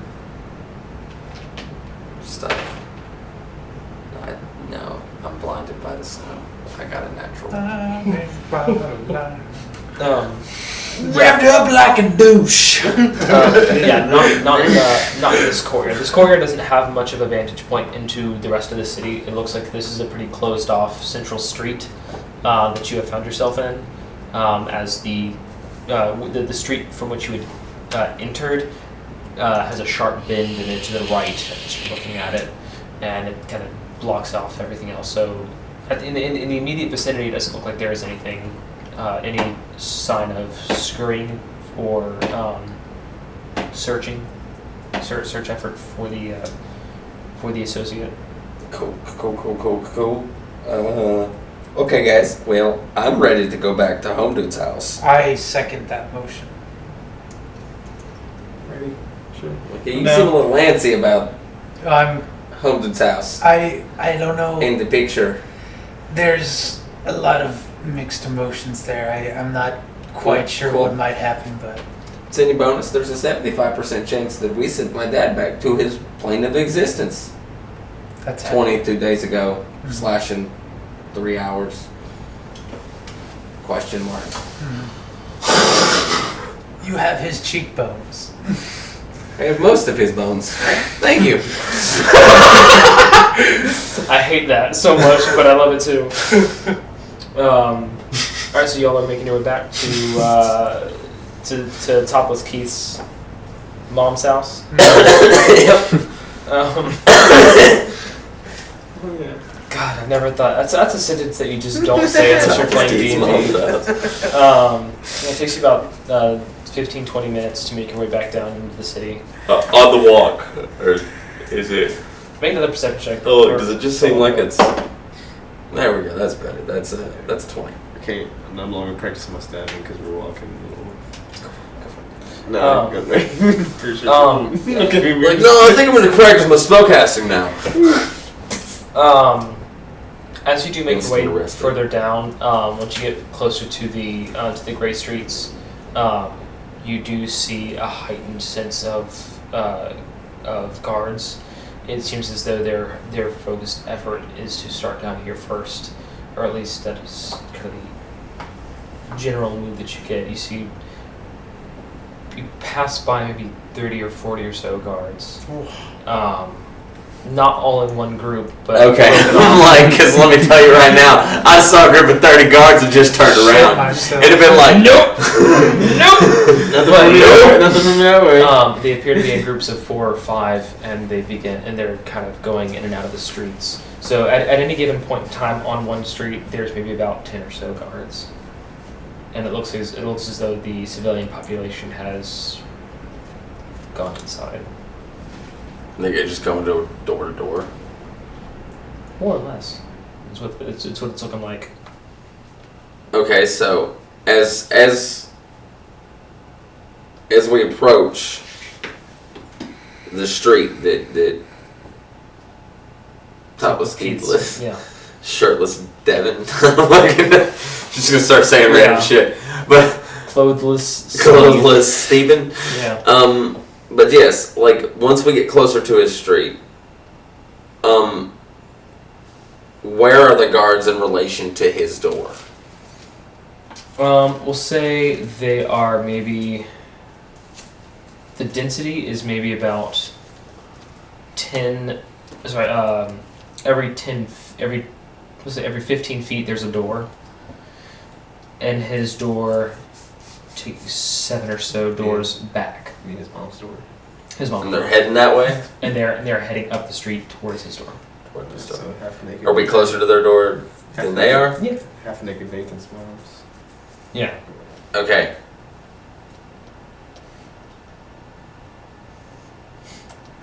I'm not even gonna knock. I'm just gonna walk into the house like I own it. They're gonna Spartan kick you? No. It should logically it should be unlocked. And what are the rest of you doing? As I walk forward, I say just follow my lead, Yeah, we're just gonna follow his lead. Yeah, well, and I just walk in like it's my house, like I live there. I've been there 100 times. Oh, hello. Welcome back, boys. Hello, Grandma. Where's little Dave? Okay.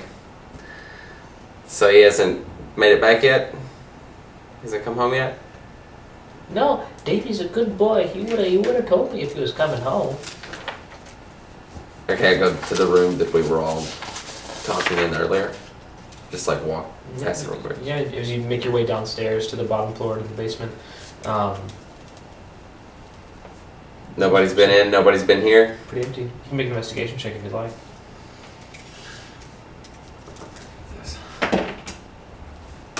Ten. 10. Yeah, doesn't appear as though anyone's come through here. Damn. To the best of your knowledge. Cool. I'm gonna like slam my fist on the desk. I'm just like, God damn it! You good, man? You just get so close, and then it's taken away. Well, shit. Now we're really in the pickle. Yeah. Let's leave. Bye, Grandma. We'll be back later. Also, I did my math wrong. 2,500 gold would have been 50 pounds. Doesn't matter now. Alright, it's fine.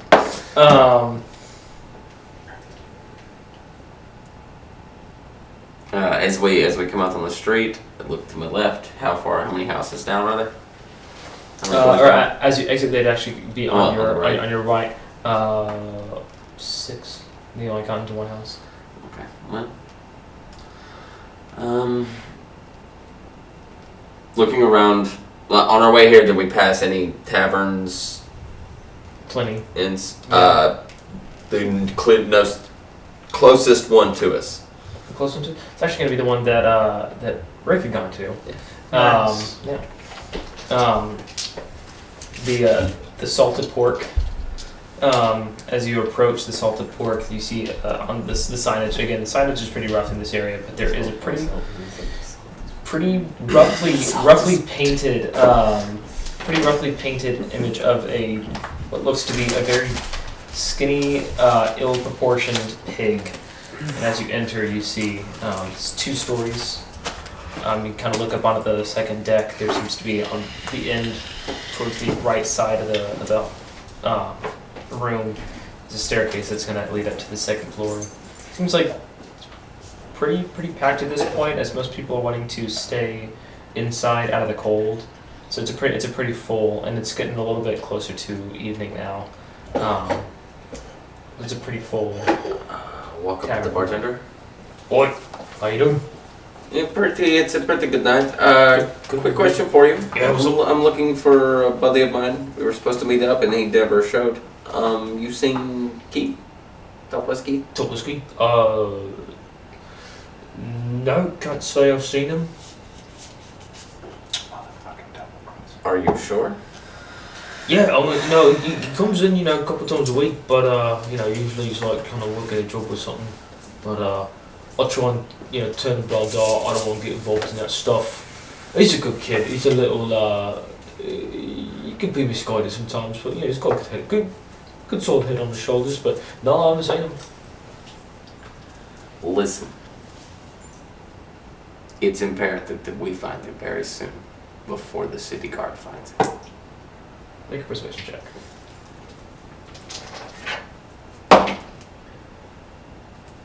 $20.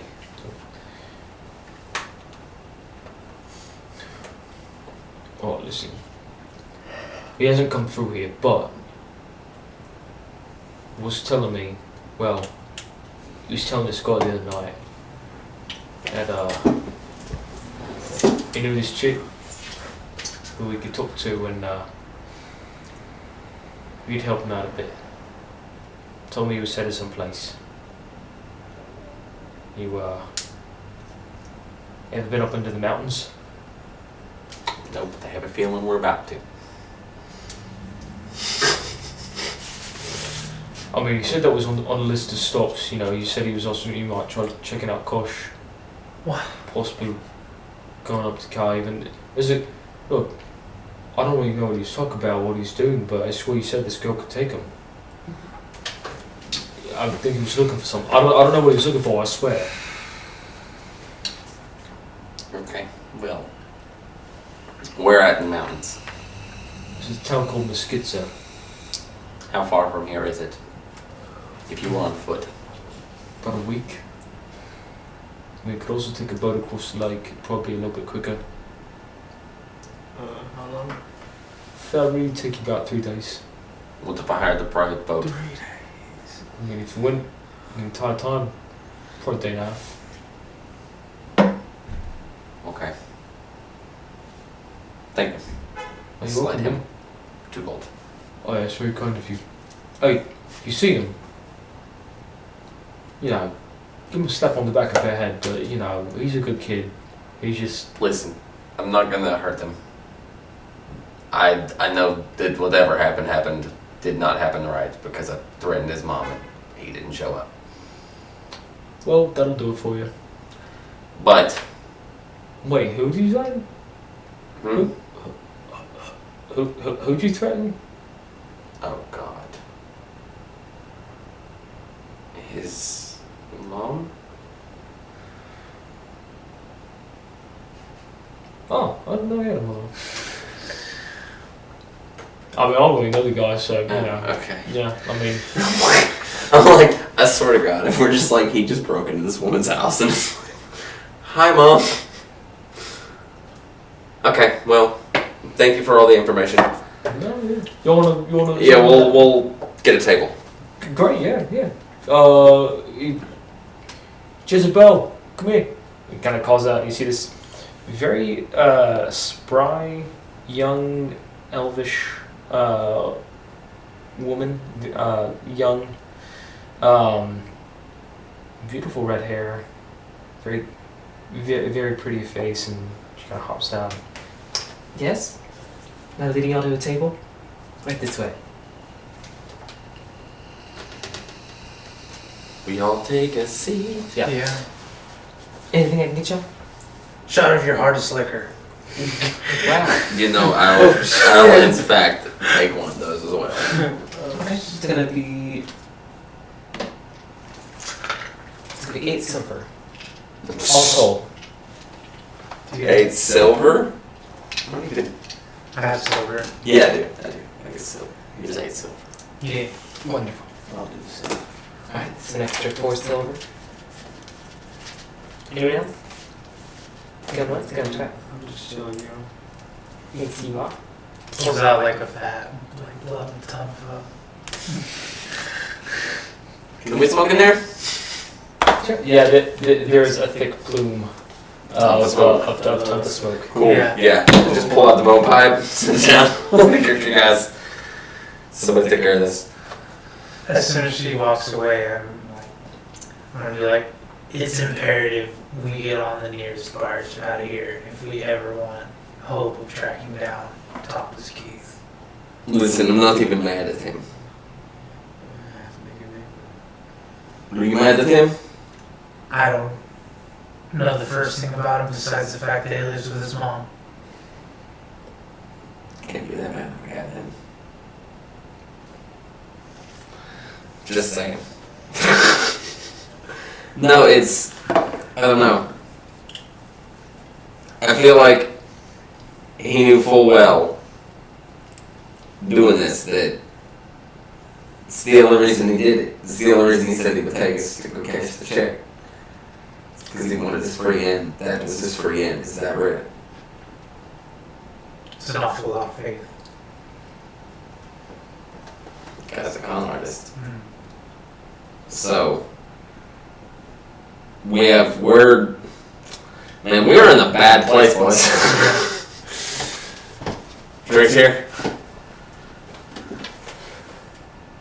Boys. Oh, old man. I feel like I should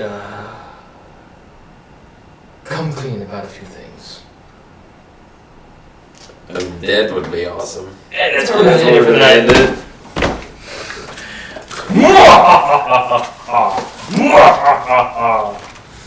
Wonderful. Thank y'all so much for coming in and watching episode 1 of, or at least the first episode of your first streamed episode. We've once again we've been doing this campaign for almost a year now, and we're getting. been that long? Yeah, no, it's weird. But yeah, thank y'all so much for tuning in. We will we'll be back next week, continuing this storyline where Garwin the Alchemist just sat down and is ready to. Wait a second. It's taken us a goddamn year to get to Fenrir's hold. Yes, it has. I could punch a fucking child right now. What the fuck? I could punch Arthur Pennington right now. Right now! I think I joined in like April or May or something. Yeah, just about. You joined. We only made it to the second town. Yeah. No, because you joined in Count Haven. That big old fight with Remo. Yeah. I yeah, you. Damn, it's not going back. Yeah. And let me state that was we were like what 7 or They were like level 2. 6 or 7 sessions in though. Like we'd been playing for a while Yeah. because everybody had gotten used to I think, it. I think it was January when we started. Yeah, that's probably gonna be. Almost a year. Dude. So yeah, we're getting into the thick of it. We're getting Kept this into dude alive for a year. for Somehow. yeah, we're Almost. in for a fun time. Yeah, we'll be back next week. Have some good R&R boys and girls and those who identify as do whatever. Non-gender binary. Yeah, do what you want. Do what you want. As long as you